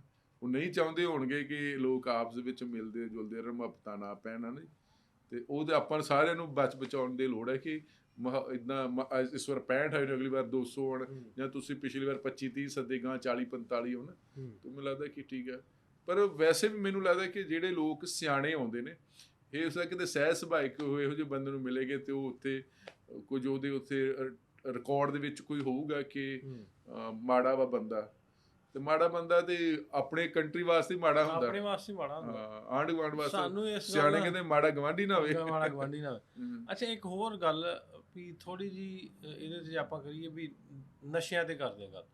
ਤੁਸੀਂ ਪਿਛਲੀ ਵਾਰੀ ਹੋਵੇ, ਇਸ ਵਾਰੀ ਵੀ ਲਾਹੌਰ ਆਏ, ਵੀ ਉਧਰ ਇੱਧਰ ਦਾ ਕਿੰਨਾ ਕੁ ਤੁਸੀਂ ਫਰਕ ਵੇਖਿਆ ਵੀ ਜੇ ਨਸ਼ਿਆਂ ਨੂੰ ਲੈ ਕੇ? ਸਾਡੇ ਬਹੁਤ ਹੈ, ਬਹੁਤ। ਕਿਉਂ ਬਹੁਤ ਹੈ? ਸਮਝ ਨਹੀਂ ਲੱਗਦੀ ਹੈਗੀ ਕਿ ਇੱਕ ਤਾਂ ਦੇਖੋ ਸਰਕਾਰਾਂ ਸੀਰੀਅਸ ਨਹੀਂ ਹੈਗੀਆਂ, ਪੁਲਿਸ ਸੀਰੀਅਸ ਨਹੀਂ ਹੈਗੀ। ਅਸੀਂ ਬੜੀ ਵਾਰ ਆਪਣੇ ਪ੍ਰੋਗਰਾਮ ਦੇ ਵਿੱਚ, ਇੱਕ ਸਾਡਾ ਪ੍ਰੋਗਰਾਮ ਚੱਲਦਾ 16 ਨੇ ਸੱਚ, ਕਿ ਯਾਰ ਸਾਡੇ ਕੋਲ 117 MLA ਨੇ, ਸਾਡੇ ਕੋਲ 27 SSP ਨੇ, ਤੇ 300-400 SHO ਨੇ, ਹੈ ਨਾ, ਬਾਕੀ 45-55 DSP ਹੋਣਗੇ। ਸਾਡੇ ਕੋਲ ਯਾਰ 23 SSP ਨਹੀਂ ਹੈਗੇ ਚੰਗੇ, 300 SHO ਨਹੀਂ ਹੈਗਾ। ਉਹ ਛੱਡੋ, ਇੱਕ ਐਮਐਲਏ ਨਹੀਂ ਹੈਗਾ ਕਿ ਜੀ ਇੱਕ ਐਮਐਲਏ ਜਾਂ ਇੱਕ ਐਸਐਚਓ, ਇੱਕ ਐਸਐਸਪੀ ਸਹੁੰ ਖਾ ਲੇ ਕਿ ਮੈਂ ਆਪਣੇ ਜ਼ਿਲ੍ਹੇ ਦੇ ਵਿੱਚ ਨਹੀਂ ਨਸ਼ਾ ਵਿਕਣ ਦੇਣਾ ਹੈਗਾ ਯਾਰ। ਭਾਜੀ ਜੋ ਧੀਆਂ ਹੋ ਹੀ ਰੋਲ ਨਹੀਂ ਸਕਦਾ। ਹੈ, ਮੈਂ ਹੋ ਹੀ ਨਹੀਂ ਸਕਦਾ ਵੀ ਜਦੋਂ ਤੁਸੀਂ ਇੰਨਾ ਕੰਟਰੋਲ ਤੁਸੀਂ ਰੱਖਦੇ ਜੇ ਵੀ ਇੱਕ ਫੋਨ ਕਾਲ ਦਾ ਵੀ ਤੁਹਾਨੂੰ ਪਤਾ, ਫਿਰ ਇਹ ਕਿਉਂ ਨਹੀਂ ਪਤਾ? ਇਹ ਕਿਉਂ ਨਹੀਂ ਪਤਾ ਕਿ ਇੱਕ ਹੋਰ ਇੱਥੇ ਹੋਰ ਗੱਲ ਹੈ ਵੀ ਇੱਕ ਹੋਰ ਪਰਸੈਪਸ਼ਨ ਹੈ, ਬਹੁਤ ਸਾਰੇ ਸਾਨੂੰ ਫੋਨ ਕਰਦੇ ਹੋ ਮੈਸੇਜ ਕਾਲ ਆ ਜਾਂਦੀ ਹੈ ਵੀ ਨਸ਼ਾ ਤੁਹਾਡੇ ਵੱਲੋਂ ਹੁੰਦਾ। ਮੈਂ ਸਵਾਲ ਪਹਿਲਾਂ ਇਸ ਤੋਂ ਕੀਤਾ ਸੀ ਵੀ ਤੁਸੀਂ ਇੱਥੇ ਕੋਈ ਨਸ਼ਾ ਹੀ ਵੇਖਿਆ? ਨਹੀਂ ਨਹੀਂ, ਨਸ਼ਾ ਐਕਚੁਅਲੀ ਕੀ ਹੈ ਕਿ ਜਿਹੜਾ ਇਹ ਵਾਲਾ ਲੰਘ ਆ, ਹਾਂ, ਇਹ ਇੱਕ ਟ੍ਰਾਂਜੈਕਸ਼ਨ ਸੀ ਆਉਂਦਾ ਤੇ ਉਧਰੋਂ ਆਉਂਦੀ ਅਫਗਾਨਿਸਤਾਨ ਤੋਂ। ਅਫਗਾਨਿਸਤਾਨ ਵਾਲਿਆਂ ਨੇ ਕਿਵੇਂ ਆਉਣਾ ਹੈਗਾ ਜੀ? ਤੁਹਾਡਾ ਰਾਹ ਨਾ ਇਹ ਲੰਘ ਆ, ਹਮਲਾਵਰ ਵੀ ਜਿਹੜੇ ਆਉਂਦੇ ਰਹੇ ਤੇ ਇਸੇ ਲੰਘ ਕੇ ਤਾਂ ਨਹੀਂ ਆਉਂਦੇ ਰਹੇ ਹੈਗੇ ਨੇ, ਉਹ ਇੱਕ ਲੰਘ ਹੈਗਾ। ਪੰਜਾਬ ਦੇ ਵਿੱਚ ਪਹਿਲਾਂ ਟ੍ਰਾਂਜੈਕਸ਼ਨ ਸੀ, ਹੁਣ ਕੰਜ਼ਿਊਮ ਹੋਣਾ ਸ਼ੁਰੂ ਹੋ ਗਿਆ। ਜਿਹੜਾ ਇੱਧਰਲਾ ਜਿਹੜਾ ਨਸ਼ਾ ਨਾ, ਉੱਥੇ ਹੁਣ ਮੈਡੀਕਲ ਨਸ਼ਾ ਆ ਗਿਆ। ਤੁਹਾਡੇ ਇੱਥੇ ਨਹੀਂ ਕਿ ਵੇਚਦੇ ਜਾਂ ਭੇਜਦੇ ਹੈਗੇ ਨੇ, ਪਰ ਡਰੋਨ ਬਹੁਤ ਆਉਂਦੇ ਹੈਗੇ ਨੇ ਉਧਰ ਬਾਰਡਰ ਤੇ, ਡਰੋਨ ਦੇ ਰਾਹੀਂ ਨਸ਼ਾ ਸੁੱਟਿਆ ਜਾਂਦਾ। ਹੁਣ ਇਹ ਕੋਰੀਅਰ ਦੇ ਰੂਪ ਦੇ ਵਿੱਚ ਜਾਂ ਪਿੱਛੋਂ ਆ ਰਹੇ ਨੇ। ਹੁਣ ਦੂਜਾ ਇਹ ਸਵਾਲ ਹੈ ਕਿ ਜਿਹੜਾ ਨਸ਼ਾ, ਜਿਹੜਾ ਸਮੈਕ ਆ, ਹੀਰੋਇਨ ਆ, ਇਹ ਪਹਿਲਾਂ ਆਉਂਦੀਆਂ ਰਹੀਆਂ ਹੈ ਨਾ, ਹੁਣ ਚਿੱਟਾ ਆ ਗਿਆ। ਹੁਣ ਚਿੱਟਾ ਮੈਡੀਕਲ ਇੱਕ ਨਸ਼ਾ ਹੈ, ਤੇ ਹੁਣ ਮੈਡੀਕਲ ਨਸ਼ਾ ਪੰਜਾਬ ਦੇ ਵਿੱਚ ਬਹੁਤ ਬੁਰੀ ਤਰ੍ਹਾਂ ਫੈਲਿਆ ਹੋਇਆ। ਬਹੁਤ ਮਤਲਬ ਮੈਨੂੰ ਲੱਗਦਾ ਕਿ ਇਸ ਟਾਈਮ ਪੰਜਾਬ ਦੇ ਵਿੱਚ ਨੰਬਰ ਘੱਟ ਹੀ ਹੋਣਗੇ ਮੇਰੇ ਹਿਸਾਬ ਦੇ ਨਾਲ, ਪਰ ਜ਼ਿਆਦਾ ਵੀ ਹੋ ਸਕਦੇ। 40-50 ਹਜ਼ਾਰ ਜਿੰਦਾ ਲਾਸ਼ਾਂ ਤੁਰੀਆਂ ਫਿਰਦੀਆਂ ਹੈਗੀਆਂ। ਅੱਛਾ, ਤੁਸੀਂ ਇੱਥੇ ਪੂਰਾ ਪੰਜਾਬ ਘੁੰਮ ਕੇ ਵੇਖੋ, ਮੈਨੂੰ ਲੱਗਦਾ ਵੀ ਜਿਵੇਂ ਤੁਹਾਡੇ ਉਧਰੋਂ ਦੱਸਦੇ ਆ ਨਾ ਵੀ ਤੁਹਾਡੇ ਆਂਦੇ ਵੀ ਨਿਆਣੇ ਨੂੰ ਬਾਹਰ ਕੱਢਣ ਦੀ ਕਰਦੇ ਆ ਵੀ ਯਾਰ ਇਹ ਨਸ਼ੇ ਤੇ ਲੱਗ ਜਾਣਾ। ਸਾਡੇ ਪਿੰਡਾਂ 'ਚ ਤੇ ਇੱਕ ਬੰਦਾ ਵੀ ਤੁਹਾਨੂੰ ਮੁਸ਼ਕਿਲ ਲੱਭੂਗਾ ਵੀ ਜਿਹੜਾ ਨਸ਼ਾ ਕਰਦਾ ਵਾ, ਵੀ ਇਹ ਸਾਡੇ ਮੈਨੂੰ ਨਹੀਂ ਲੱਗਦਾ। ਹਾਂ, ਸ਼ਹਿਰਾਂ ਦੇ ਵਿੱਚ ਤੁਹਾਨੂੰ ਗਲੀ ਮੁਹੱਲਿਆਂ 'ਚ ਇੱਕਾ ਦੁੱਕਾ ਫਿਰਦੇ ਲੱਭ ਜਾਣਗੇ, ਪਿੰਡਾਂ ਦੇ ਵਿੱਚ ਦਾ ਇਹ ਹਿਸਾਬ ਦਾ ਤੁਹਾਨੂੰ ਦੱਸਦਾ। ਫਿਰ ਉਸ ਤੋਂ ਬਾਅਦ ਦੀ ਗੱਲ ਆ ਵੀ ਜੇ ਕੰਜ਼ਪਸ਼ਨ ਆ ਤੇ ਉਸ ਚੀਜ਼ ਦੀ ਡਿਮਾਂਡ ਆ ਤੇ ਉਹ ਤਾਂ ਪਹੁੰਚਣੀ ਆ, ਭਾਵੇਂ ਐਂ ਦੀ ਪਹੁੰਚੇ ਤੇ ਭਾਵੇਂ ਉਹਦੀ ਪਹੁੰਚੇ। ਮਤਲਬ ਮੈਨੂੰ ਚਾਹੀਦੀ ਆ ਮੈਡੀਸਨ, ਚਾਹੀਦੀ ਆ ਕੋਈ ਸ਼ਾ, ਚਾਹੀਦੀ ਹੈ ਇੰਡੀਅਨ ਕੋਈ ਪ੍ਰੋਡਕਟ ਚਾਹੀਦਾ, ਵਾਇਆ ਦੁਬਈ ਆਉਣ ਨਹੀਂ ਡਿਆ ਸਾਰਾ ਕੁਝ। ਪਾਕਿਸਤਾਨੀ ਚਾਹੀਦੀ, ਵਾਇਆ ਦੁਬਈ ਜਾਣ ਨਹੀਂ ਡਿਆ ਸਾਰਾ ਕੁਝ। ਮਤਲਬ ਜੇ ਡਿਮਾਂਡ ਹੈ ਤੇ ਪਹੁੰਚਦਾ, ਜੇ ਡਿਮਾਂਡ ਹੀ ਨਾ ਹੋਵੇ ਤਾਂ ਪਹੁੰਚੇ ਕਿੱਥੋਂ? ਇਹਦੇ ਵਰਲਡ ਵਾਈਡ ਏਡਾ ਵੱਡਾ ਮਾਫੀਆ, ਕਈ ਲੋਕਾਂ ਦੇ ਸਟੇਕ ਨੇ, ਕਈ ਸਟੇਕ ਹੋਲਡਰ ਨੇ, ਉਹ ਡਿਮਾਂਡ ਵਾਕਈ ਬਿਲਕੁਲ ਹੈ ਤੂੰ ਖਾਣਾ। ਹੁਣ ਜਿਵੇਂ ਤੁਸੀਂ ਕਹਿੰਦੇ ਵੀ ਸਾਡੇ ਪਿੰਡਾਂ 'ਚ ਜਾ ਕੇ ਦੇਖੋ ਮੁੰਡੇ ਨਹੀਂ ਖਾਂਦੇ, ਸਾਡੇ ਰਾਜਸਥਾਨ ਦੇ ਵਿੱਚ ਲੀਗਲਾਈਜ਼ ਆ ਫੀਮ, ਤੁਸੀਂ ਫੀਮ ਦੀ ਖੇਤੀ ਕਰ ਸਕਦੇ। ਰਾਜਸਥਾਨੀ ਨਹੀਂ ਖਾਂਦੇ ਹੈਗੇ ਫੀਮ, ਪੰਜਾਬ ਵਾਲੇ ਸਭ ਤੋਂ ਵੱਧ ਖਾਂਦੇ ਹੈਗੇ ਨੇ। ਪਰ ਫੀਮ ਨੂੰ ਕਹਿੰਦੇ ਕਿ ਸ਼ਾਹੀ ਨਸ਼ਾ ਹੈਗਾ, ਐਵੇਂ ਮਨ ਨੂੰ ਦੇਣ ਵਾਲੇ। ਪਰ ਇਹ ਬਹੁਤ ਵੱਡਾ ਚੈਲੰਜ ਹੈਗਾ ਸਾਡੇ ਵਾਸਤੇ ਇਸ ਤਰ੍ਹਾਂ ਪੰਜਾਬ ਵਾਸਤੇ ਚੈਲੰਜ ਕੀ ਹੈਗਾ ਜੀ? ਅੱਤਵਾਦ ਦਾ ਚੈਲੰਜ ਆ, ਗੈਂਗਸਟਰਵਾਦ ਦਾ ਚੈਲੰਜ ਆ, ਤੇ ਨਸ਼ਿਆਂ ਦਾ ਬਹੁਤ ਵੱਡਾ ਚੈਲੰਜ ਆ। ਪਿਛਲੇ ਦਿਨਾਂ 'ਚ ਮੈਂ ਕੁਐਸਚਨ ਇਸ ਤੋਂ ਕੀਤਾ, ਪਿਛਲੇ ਦਿਨਾਂ 'ਚ ਕਿਉਂਕਿ ਸਾਡੇ ਇੰਡੀਅਨ ਪੰਜਾਬ ਤੋਂ ਜਿਹੜੇ ਦੋਸਤ ਨੇ ਉਹ ਸਾਰੇ, ਤੁਸੀਂ ਵੀ ਉਹ ਪੋਲੀਟਿਕਸ ਦੇ ਵਿੱਚ ਵੀ ਨੇ, ਸਰਕਾਰ ਦੇ ਵਿੱਚ ਵੀ ਨੇ, ਪੁਲਿਸ ਦੇ ਵਿੱਚ ਵੀ ਨੇ, ਸਾਰੇ ਜਾਣਦੇ ਇੱਕ ਦੂਜੇ ਨੂੰ। ਬਿਲਕੁਲ ਬਿਲਕੁਲ। ਤੇ ਮੈਨੂੰ ਕਿਸੇ ਰਾਹੀਂ ਮੈਸੇਜ ਆਇਆ ਸਾਡੇ ਸੀਐਮ ਸਾਹਿਬਾਂ ਦਾ ਵੀ ਇਸ ਜਿਹੜੀ ਸਮੋਗ ਹੈ ਨਾ, ਉਹਨਾਂ ਨੇ ਬਲਕਿ ਲੈਟਰ ਵੀ ਲਿਖਿਆ। ਉਹਨਾਂ ਦੀ ਖਾਹਿਸ਼ ਸੀ ਵੀ ਉਹ ਇੱਧਰ ਆਉਣੀ ਆ, ਮੈਂ ਉੱਧਰ ਜਾਵਾਂ, ਜਾ ਕੇ ਅਸੀਂ ਸਮੋਗ ਤੇ ਕੋਈ MOU ਕਰੀਏ ਵੀ ਇਹਦੇ ਤੇ ਆਪਾਂ ਕਿਸ ਤਰ੍ਹਾਂ ਬਿਹਤਰੀ ਲਿਆ ਸਕਦੇ ਹਾਂ। ਖੈਰ ਉਹ ਤੁਹਾਡੇ ਸੀਐਮ ਸਾਹਿਬ ਨੇ ਉੱਤੇ ਰਿਐਕਟ ਕੁਛ ਹੋਰ ਤਰ੍ਹਾਂ ਦਾ ਕੀਤਾ। ਤੇ ਉਹਨਾਂ ਦੀ ਖਾਹਿਸ਼ ਹੈ ਵੀ ਇਹਨਾਂ ਮੁੱਦਿਆਂ ਤੇ ਆਪਾਂ ਦੋਵੇਂ ਪਾਸੇ ਕ੍ਰਾਸ ਦਾ ਬਾਰਡਰ, ਚਾਹੇ ਉਹ ਪਰਿੰਦਿਆਂ ਦੇ ਮੁੱਦੇ ਹੋਣ ਵੀ ਜਿਹੜੇ ਸ਼ਿਕਾਰ ਕਰਦੇ ਨੇ, ਚਾਹੇ ਉਹ ਨਸ਼ਿਆਂ ਦੇ ਹੋਣ, ਅਸੀਂ ਇਹਨਾਂ ਦੀ ਰੋਕਥਾਮ ਲਈ ਸਾਡੀ ਸਰਕਾਰ ਵੀ ਚਾਹੁੰਦੀ ਆ, ਪੰਜਾਬ ਸਰਕਾਰ ਦੀ ਗੱਲ ਕਰਦਾ, ਵੀ ਅਸੀਂ ਰਲ ਮਿਲ ਕੇ ਇਸ ਤਰ੍ਹਾਂ ਦੇ ਇਹਨਾਂ ਨੂੰ ਕੰਟਰੋਲ ਕਿਵੇਂ ਕੀਤਾ ਜਾ ਸਕਦਾ। ਮੇਰਾ ਕੁਐਸਚਨ ਇਹ ਸੀ ਵੀ ਇਹਨੂੰ ਜੇ ਕੰਟਰੋਲ ਕਰਨਾ ਹੋਵੇ, ਜੇ ਆਪਾਂ ਰਲ ਮਿਲ ਕੇ ਕਰੀਏ ਨਾ, ਵੀ ਸਹਿਮਤੀ ਦੇ ਨਾਲ ਇੱਕ ਦੂਜੇ ਨਾਲ ਕਰੀਏ, ਤਾਂ ਮੈਨੂੰ ਲੱਗਦਾ ਵੀ ਔਖਾ ਕੰਮ ਨਹੀਂ ਹੈ। ਸਾਡੀ ਜਿਹੜੀ ਸੀਐਮ ਭਗਵੰਤ ਮਾਨ ਸਾਹਿਬ ਦੀ ਸਟੇਟਮੈਂਟ ਆਈ ਸੀ, ਉਹਨੇ 2 ਸਟੇਟਮੈਂਟ ਆਈ ਜਦੋਂ ਮਰੀਮ ਨਵਾਜ਼ ਮੈਡਮ ਉਹਨਾਂ ਨੇ ਗੱਲ ਕੀਤੀ ਗਿਆ। ਉਹ ਕਿਉਂਕਿ ਸਾਡੇ ਪਹਿਲਾਂ ਜਿਹੜਾ ਪੰਜਾਬ ਦਾ ਧੂੰਆਂ ਹੈ, ਕਿਉਂਕਿ ਪਰਾਲੀ ਸਾੜਨੀ ਪੈਂਦੀ ਹੈਗੀ ਆ, ਉਹ ਪਹਿਲਾਂ ਦਿੱਲੀ ਵਾਲੇ ਕਹਿੰਦੇ ਕਿ ਦਿੱਲੀ ਜਾਂਦੇ ਹੈਗੇ, ਉਹ ਕਹਿੰਦੇ ਕਿ ਪਹਿਲਾਂ ਦਿੱਲੀ ਵਾਲੇ ਕਹਿੰਦੇ ਵੀ ਪੰਜਾਬ ਵਾਲੇ ਧੂੰਆਂ ਘੱਲਦੇ ਨੇ, ਤੇ ਹੁਣ ਪਾਕਿਸਤਾਨ ਵਾਲੇ, ਲਾਹੌਰ ਵਾਲੇ ਕਹਿੰਦੇ ਵੀ ਧੂੰਆਂ ਘੱਲਦੇ ਹੈਗੇ ਨੇ, ਵੀ ਸਾਡਾ ਧੂੰਆਂ ਛਦਾਈ ਆ, ਚਾਰੇ ਪਾਸੇ ਘੁੰਮੀ ਜਾ ਰਹੇ ਨਾ। ਹਾਲੇ ਉਹਨਾਂ ਨੇ ਕਿਹਾ ਮਜ਼ਾਕੀਆ, ਪਰ ਮਜ਼ਾਕ ਦੇ ਵਿੱਚ ਵੀ ਸੀਰੀਅਸ ਸੀ ਕਿ ਨਾ ਸਾਨੂੰ ਇੱਧਰਲੇ ਟਿਕਣ ਦੇ ਰਹੇ ਨੇ, ਇਹ ਵੀ ਲਾਂਭੇ ਦਿੰਦੇ ਨੇ, ਹੁਣ ਸਿਰ ਦੁਪਾਰ ਵਾਲੇ ਵੀ ਲਾਂਭੇ ਦੇ ਰਹੇ ਨੇ। ਇਸ ਰੀਲ ਦੇ ਜ਼ਰੀਏ ਮੈਂ ਤੁਹਾਨੂੰ ਸੁਣਾ ਭਗਵੰਤ ਮਾਨ ਸਾਹਿਬ ਨੂੰ ਵੀ ਸਾਡੇ ਸੀਐਮ ਦਾ, ਮਤਲਬ ਮੈਂ ਫੇਰ ਆਣਾ ਵੀ ਮੈਂ ਪੋਲੀਟੀਕਲ ਨਹੀਂ ਹੈਗਾ, ਲੇਕਿਨ ਉਹਨਾਂ ਦਾ ਸੀ ਵੀ ਅਸੀਂ ਰਲ ਕੇ ਇਸ ਤਰ੍ਹਾਂ ਦਾ ਕੁਛ ਇਕੱਠੇ ਹੋ ਕੇ, ਕਿਤੇ ਤੁਸੀਂ ਲਾਹੌਰ ਆਓ ਜਾਂ ਮੈਂ ਅੰਮ੍ਰਿਤਸਰ ਜਾਵਾਂ, ਵੀ MOU ਕਰ ਲਈਏ ਕੁਛ ਇਸ ਤਰ੍ਹਾਂ ਦੇ, ਜਿੰਨੇ ਵੀ ਨੇ ਕ੍ਰਾਸ ਦਾ ਬਾਰਡਰ ਮਾਮਲਾਤ ਨੇ, ਉਹਨਾਂ ਨੂੰ ਨਾਲ ਬਹਿ ਕੇ ਤੇ ਆਪਾਂ ਮਾਮਲਾ ਨੂੰ ਸੁਲਝਾਈਏ। ਸਾਡੀ ਜਿਹੜੀ ਸੁਪਰੀਮ ਕੋਰਟ ਆ ਨਾ, ਉਹ ਵੀ ਬੜੀ ਕੰਸਰਨ ਆ ਇਸ ਟਾਈਮ ਦੇ ਵਿੱਚ, ਕਿ ਗੱਲ ਇਹ ਨਾ ਕਿ ਜਿਹੜਾ ਜ਼ਿਮੀਂਦਾਰ ਆ ਉਹਨੇ ਕਿਉਂਕਿ ਉਸ ਤੋਂ ਬਾਅਦ ਨਾਲ ਦੀ ਨਾਲ ਕਣਕ ਬੀਜਣੀ ਹੁੰਦੀ ਹੈ ਨਾ, ਪਰਾਲੀ ਬਹੁਤ ਜ਼ਿਆਦਾ, ਇੱਕ ਤੇ ਜਾਂ ਦੋਨਾਂ ਮੁਲਕਾਂ ਨੂੰ ਝੋਨਾ ਘਟਾਉਣਾ ਪਊਗਾ। ਰਕਬਾ ਸਾਡੀ ਬੜੀਆਂ ਕੋਸ਼ਿਸ਼ਾਂ ਕਿ 45 ਲੱਖ ਤੋਂ ਘਟਾ ਕੇ 22 ਲੱਖ ਹੈਕਟਰ ਤੱਕ ਲੈ ਕੇ ਆਈਏ, ਪਰ ਗੱਲ ਇਹ ਕਿ ਝੋਨਾ ਤੇ ਕਣਕ ਤੋਂ ਕਿਸਾਨ ਬਾਹਰ ਨਹੀਂ ਨਿਕਲਣਾ ਚਾਹੁੰਦਾ, ਕਿਉਂਕਿ ਇੱਥੇ MSP ਆ ਗਈ ਆ ਵੀ ਬੀਜੋ ਤੇ ਵੱਢੋ ਤੇ ਮੰਡੀ ਲੈ ਜਾਓ। ਹੁਣ ਝੋਨਾ ਦੇ ਤੁਹਾਡੀ ਖੁਰਾਕ ਤੇ ਪਤਾ ਨਹੀਂ ਹੈ ਕਿ ਨਹੀਂ, ਸਾਡੀ ਤੇ ਬਿਲਕੁਲ ਨਹੀਂ ਸੀ ਖੁਰਾਕ ਝੋਨਾ। ਸਾਨੂੰ ਤਾਂ ਝੋਨਾ ਫਾਲ ਦਿੱਤਾ ਹੈਗਾ ਵੀ ਫਸ ਗਏ ਪੰਜਾਬ ਦਾ, ਜਿਹੜਾ ਸਾਡੇ ਵਾਲੇ ਪੰਜਾਬ ਦਾ ਫਾਲ। ਹੁਣ ਪਰਾਲੀ ਸਾਡੇ CM ਸਾਹਿਬ ਕਹਿ ਰਹੇ ਨੇ ਕਿ ਜਾਂ ਤੇ ਕਿਸਾਨਾਂ ਨੂੰ ਕਿੱਲੇ ਪ੍ਰਤੀ 2000 ਰੁਪਇਆ ਦਿੱਤਾ ਹੈ, ਪਰਾਲੀ ਨਾ ਸਾੜੇ। ਹੁਣ ਪਰਾਲੀ ਉਹ ਰੱਖ ਕੇ ਕਿੱਥੇ ਛੱਡੂਗਾ, ਉਹ ਪਰਾਲੀ ਸਾੜਨੀ ਪੈਣੀ। ਹੁਣ ਕਹਿੰਦੇ ਕਿ ਆਰਗੈਨਿਕ ਕਰੋ, ਕਿ ਪਰਾਲੀ ਵਿੱਚੇ ਵਾਹ ਦਿਆ ਕਰੋ। ਹੁਣ ਜਿਹਨੂੰ ਆਦਤ ਹੈ ਕਿ ਕਿੱਲੇ ਜੋ 18 ਬੋਰੀਆਂ ਨਿਕਲੇ, ਉਹ ਫਿਰ ਆਰਗੈਨਿਕ ਦੇ 12 ਆ ਜਾਂਦੀਆਂ, ਉਹਦੇ ਘਰ ਦੇ ਖਰਚੇ ਪੂਰੇ। ਡੀਜ਼ਲ ਕਿੰਨਾ ਮਹਿੰਗਾ, ਰੇਹਾਂ ਖਾਦਾਂ ਕਿੰਨੀਆਂ ਮਹਿੰਗੀਆਂ ਗਿਆ। ਹਾਂ ਇੱਕ ਕਿਉਂਕਿ ਤੁਸੀਂ ਜਿਹੜੇ ਨੇ ਇੱਕ ਦੋਨੇ ਸਟੇਟ ਨੇ, ਦੋਨਾਂ ਦੇ ਹੱਥ ਵੱਸ ਕੁਛ ਨਹੀਂ ਹੈਗਾ, ਨਾ ਤੇ ਮਰੀਮ ਨਵਾਜ਼ ਮੈਡਮ ਦੇ ਹੱਥ ਵੱਸ ਹੈ, ਨਾ ਭਗਵੰਤ ਮਾਨ ਸਾਹਿਬ ਦੇ ਹੱਥ ਆ। ਇਹਦੇ ਜੇ ਕੰਟਰੀ ਟੂ ਕੰਟਰੀ, ਪਾਕਿਸਤਾਨ ਤੇ ਇੰਡੀਆ, ਜਦੋਂ ਉਹਨਾਂ ਦੇ ਆਪਸ ਦੇ ਵਿੱਚ ਮਿਨਿਸਟਰ ਮਿਲਦੇ ਨੇ, ਫਿਰ ਆ ਇਹਦੇ ਇੱਕ ਦੂਜੇ ਨੂੰ ਚਿੱਠੀ ਲਿਖ ਸਕਦੇ ਹੈਗੇ ਨੇ, ਹੋਰ ਤਾਂ ਕੁਝ ਕਰ ਨਹੀਂ ਸਕਦੇ। ਪਰ ਇਨਸਾਨੀ ਦੇ ਤੌਰ ਤੇ, ਮਾਨਵਤਾ ਦੇ ਤੌਰ ਤੇ ਇਹ ਜਿਹੜੇ ਇੱਦਾਂ ਦੇ, ਕਿਉਂਕਿ ਧੂੰਆਂ ਖਾਸ ਕਰਕੇ ਬਹੁਤ ਵੱਡੀ ਇੱਕ ਬਿਮਾਰੀ ਵਾਲਾ ਹਿਸਾਬ ਆ, ਉਹ ਰੁਕਣਾ ਚਾਹੀਦਾ। ਵੈਸੇ ਮੈਂ ਕਹਿੰਦਾ ਸਾਡੇ ਇਹ ਦੋਨਾਂ ਨੂੰ ਐਪਲੀਕੇਸ਼ਨ ਇੱਕ ਦੂਜੇ ਨਾਲ ਹੋ ਜਾਣ ਟੈਲੀਫੋਨ ਤੇ ਗੱਲ, ਤੇ ਹੱਲ ਹੋ ਸਕਦਾ। ਕਿਸ ਚੀਜ਼ ਦਾ ਹੱਲ ਨਹੀਂ ਹੈਗਾ, ਸਾਰੀ ਚੀਜ਼ ਦਾ ਹੱਲ ਆ। ਝੋਨੇ ਕਰਕੇ ਸਾਡਾ ਦੇਖੋ ਵਾਤਾਵਰਨ ਕਿੰਨਾ ਖਰਾਬ ਹੋ ਗਿਆ। ਸਾਡਾ ਜਿਹੜਾ ਪਾਣੀ ਆ ਨਾ, ਮੰਨ ਲਓ ਚਲੋ 2.5 ਕਿ ਦਰਿਆ ਤੁਹਾਡੇ ਕੋਲ ਰਹਿ ਗਏ, 2.5 ਕਿ ਸਾਡੇ ਰਹਿ ਗਏ, ਕਹਿਣ ਨੂੰ ਅਸੀਂ 5 ਦਰਿਆਵਾਂ ਦੀ ਧਰਤੀ ਕਹਿੰਦੇ ਆ ਨਾ। ਜਿਹੜੇ ਦਰਿਆਵਾਂ ਦੇ ਕੰਢੇ ਪਿੰਡ ਹੈ ਨਾ ਜੀ, ਉੱਥੇ ਵੀ 300 ਤੋਂ ਲੈ ਕੇ 500 ਫੁੱਟ ਤੱਕ ਪਾਣੀ ਹੇਠਾਂ ਚਲ ਗਿਆ।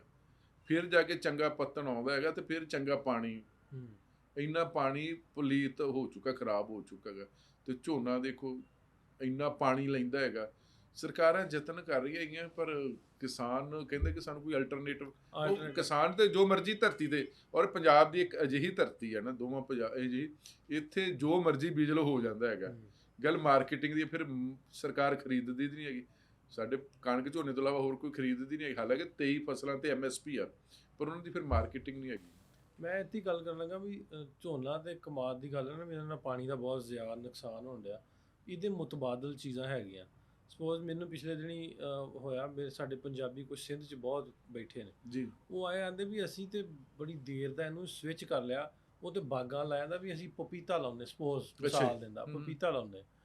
ਤੇ ਪਪੀਤਾ ਆਂਦਾ ਵੀ ਐਡਾ ਈਜ਼ੀ ਆ, ਤੇ ਨਾ ਮਤਲਬ ਉਹਦੇ 'ਚ ਕੋਈ ਐਡੀ ਐਫਰਟ ਵਾਲੀ ਗੱਲ ਹੈ ਵੀ 20-20 ਲੱਖ ਰੁਪਈਏ ਕਿੱਲਾ ਹੁੰਦਾ ਵਾ। ਵੀ ਇੰਡੀਅਨ ਤੁਸੀਂ ਉਹਨੂੰ ਮੰਨ ਲਓ 7-8 ਲੱਖ ਰੁਪਈਆ ਕਿੱਲਾ, ਜਿਹੜਾ ਕਿੱਲੇ ਚੋਂ ਨਿਕਲ ਆਉਂਦੀ ਸਾਲ ਬਾਅਦ ਫਸਲ ਪਪੀਤਾ ਹੋਣ ਡਿਆ। ਸੋ ਮੈਨੂੰ ਲੱਗਦਾ ਵੀ ਆਂਦਾ ਵੀ ਫਿਰ ਆਪਣਾ ਸਬਜ਼ੀਆਂ ਲਾ ਲਓ, ਬਾਗ ਲਾ ਲਓ, ਬਾਗਬਾਨੀ ਲਾ ਲਓ। ਵੀ ਜੇ ਤੁਸੀਂ ਖੰਡ ਹੀ ਲੈਣੀ ਹੈ, ਫਿਰ ਚੁਕੰਦਰ ਉਹਦਾ ਆਲਟਰਨੇਟਿਵ ਹੈਗਾ, ਤੇ ਬਹੁਤ ਕੁਛ ਹੈ ਨੇ। ਮੈਨੂੰ ਲੱਗਦਾ ਵੀ ਇਹਦੇ ਤੇ ਜਿੰਨੀ ਦੇਰ ਸਰਕਾਰਾਂ ਜਿਹੜੀਆਂ ਨਾ ਉਹ ਨਾ ਕਰਨਗੀਆਂ, ਤੇ ਜ਼ਿਮੀਂਦਾਰਾਂ ਨੇ ਕਿਵੇਂ ਕਰਨਾ। ਜ਼ਿਮੀਂਦਾਰਾਂ ਦੇ ਅੱਗੇ ਭਾਰ ਇੰਨਾ ਵਾ। ਤੁਹਾਡੇ ਵਾਲੇ ਦੇ ਪਾਸੇ ਫਿਰ ਪਾਣੀ ਫਰੀ ਹੈ, ਸਾਡੇ ਵਾਲੇ ਦੇ 3-3 ਲੱਖ ਰੁਪਏ ਟੂਬਲ ਦਾ ਬਿੱਲ ਆ, ਸਾਡੇ ਵਾਲੇ 16,000 ਦੀ DAP ਆ, ਸਾਡੇ ਵਾਲੇ 6500 ਦੀ ਯੂਰੀਆ ਆ, ਸਾਡੇ ਵੱਲ ਡੀਜ਼ਲ ਜਿਹੜਾ 300 ਰੁਪਏ ਲੀਟਰ ਆ, ਸਾਡੇ ਵੱਲ ਟਰੈਕਟਰ 50-50 ਲੱਖ ਦਾ ਵਾ, ਤੁਹਾਡੇ ਵੱਲ ਤੇ ਉਹ 7-8 ਲੱਖ ਦਾ ਲੱਭ ਜਾਂਦਾ। ਟਰੈਕਟਰਾਂ ਦੀ ਸੁਣ ਲਓ ਗੱਲ, ਮੈਂ ਸਟੋਰੀ ਕਿਤੋਂ ਪ੍ਰਿੰਟ ਦੇ ਵਿੱਚ, ਮੈਂ ਬਾਅਦ TV 'ਚ ਵੀ ਕਰਦਾ ਰਿਹਾ ਸਟੋਰੀ। ਘੱਟੋ ਘੱਟ 300-400 ਘੰਟਾ ਸਾਲ ਦਾ ਟਰੈਕਟਰ ਚੱਲਣਾ ਚਾਹੀਦਾ ਹੈਗਾ, ਫਿਰ ਉਹਦੀ ਲਾਗਤ ਨਿਕਲਦੀ ਹੈਗੀ ਆ। ਸਾਡੇ ਤੇ ਫੈਸ਼ਨ ਕਰ ਲਿਆ ਟਰੈਕਟਰ ਰੱਖਣ ਵਾਲੇ, AC ਲਾਤੇ, ਜੇ ਲਾਤੇ, ਇਹ ਕਰਕੇ। ਉਹ ਨਹੀਂ ਹੈ ਟਰੈਕਟਰ। ਮਤਲਬ ਕਿਸੇ ਦੀ 10-12 ਪੈਲੀਆਂ ਹੋਣਾ, ਟਰੈਕਟਰ ਵਾਰਾ ਖਾਂਦਾ। 2.5 ਕਿੱਲਿਆਂ ਨੂੰ 3 ਕਿੱਲੇ, 4 ਕਿੱਲੇ, 5 ਕਿੱਲਿਆਂ ਨੂੰ ਟਰੈਕਟਰ ਵਾਰਾ ਨਹੀਂ ਖਾਂਦਾ। ਤੁਸੀਂ ਕੋਈ ਉਹਦਾ ਕਮਰਸ਼ੀਅਲ ਯੂਜ਼ ਨਹੀਂ ਕਰ ਸਕਦੇ ਹੈਗੇ ਨੇ। ਦੂਜਾ ਕਿਸਾਨ ਜ਼ਿਮੀਂਦਾਰ ਕੁਝ ਵੀ ਕਰ ਸਕਦਾ ਨਾ। ਗੱਲ ਤੇ ਇਹ ਸਾਡੇ ਇੱਕ ਵਾਰ ਜੇ ਗੰਨਾ ਲਾਉਣ ਲੱਗਾ, ਪੂਰਾ ਪੰਜਾਬ ਗੰਨਾ। ਜੇ ਸੂਰਜਮੁਖੀ ਲਾਉਣ ਲੱਗਾ, ਪੂਰਾ ਪੰਜਾਬ ਸੂਰਜਮੁਖੀ। ਆਲੂ ਲਾਉਣ ਲੱਗਾ, ਆਲੂ। ਫਿਰ ਸੜਕਾਂ ਤੇ ਟਮਾਟਰ, ਸੜਕਾਂ ਤੇ ਮਟਰ, ਸੜਕਾਂ ਤੇ। ਗੱਲ ਤੇ ਵੀ ਇਹ ਸਰਕਾਰ ਮੰਡੀਕਰਨ ਸਿਸਟਮ ਸਹੀ ਕਰਦੇ, ਤੇ ਉਹਨੂੰ ਜ਼ਿਮੀਂਦਾਰ ਨੂੰ ਕੀ ਹੈਗਾ, ਉਹਨੇ ਤੇ ਵੇਚਣੀ ਆ।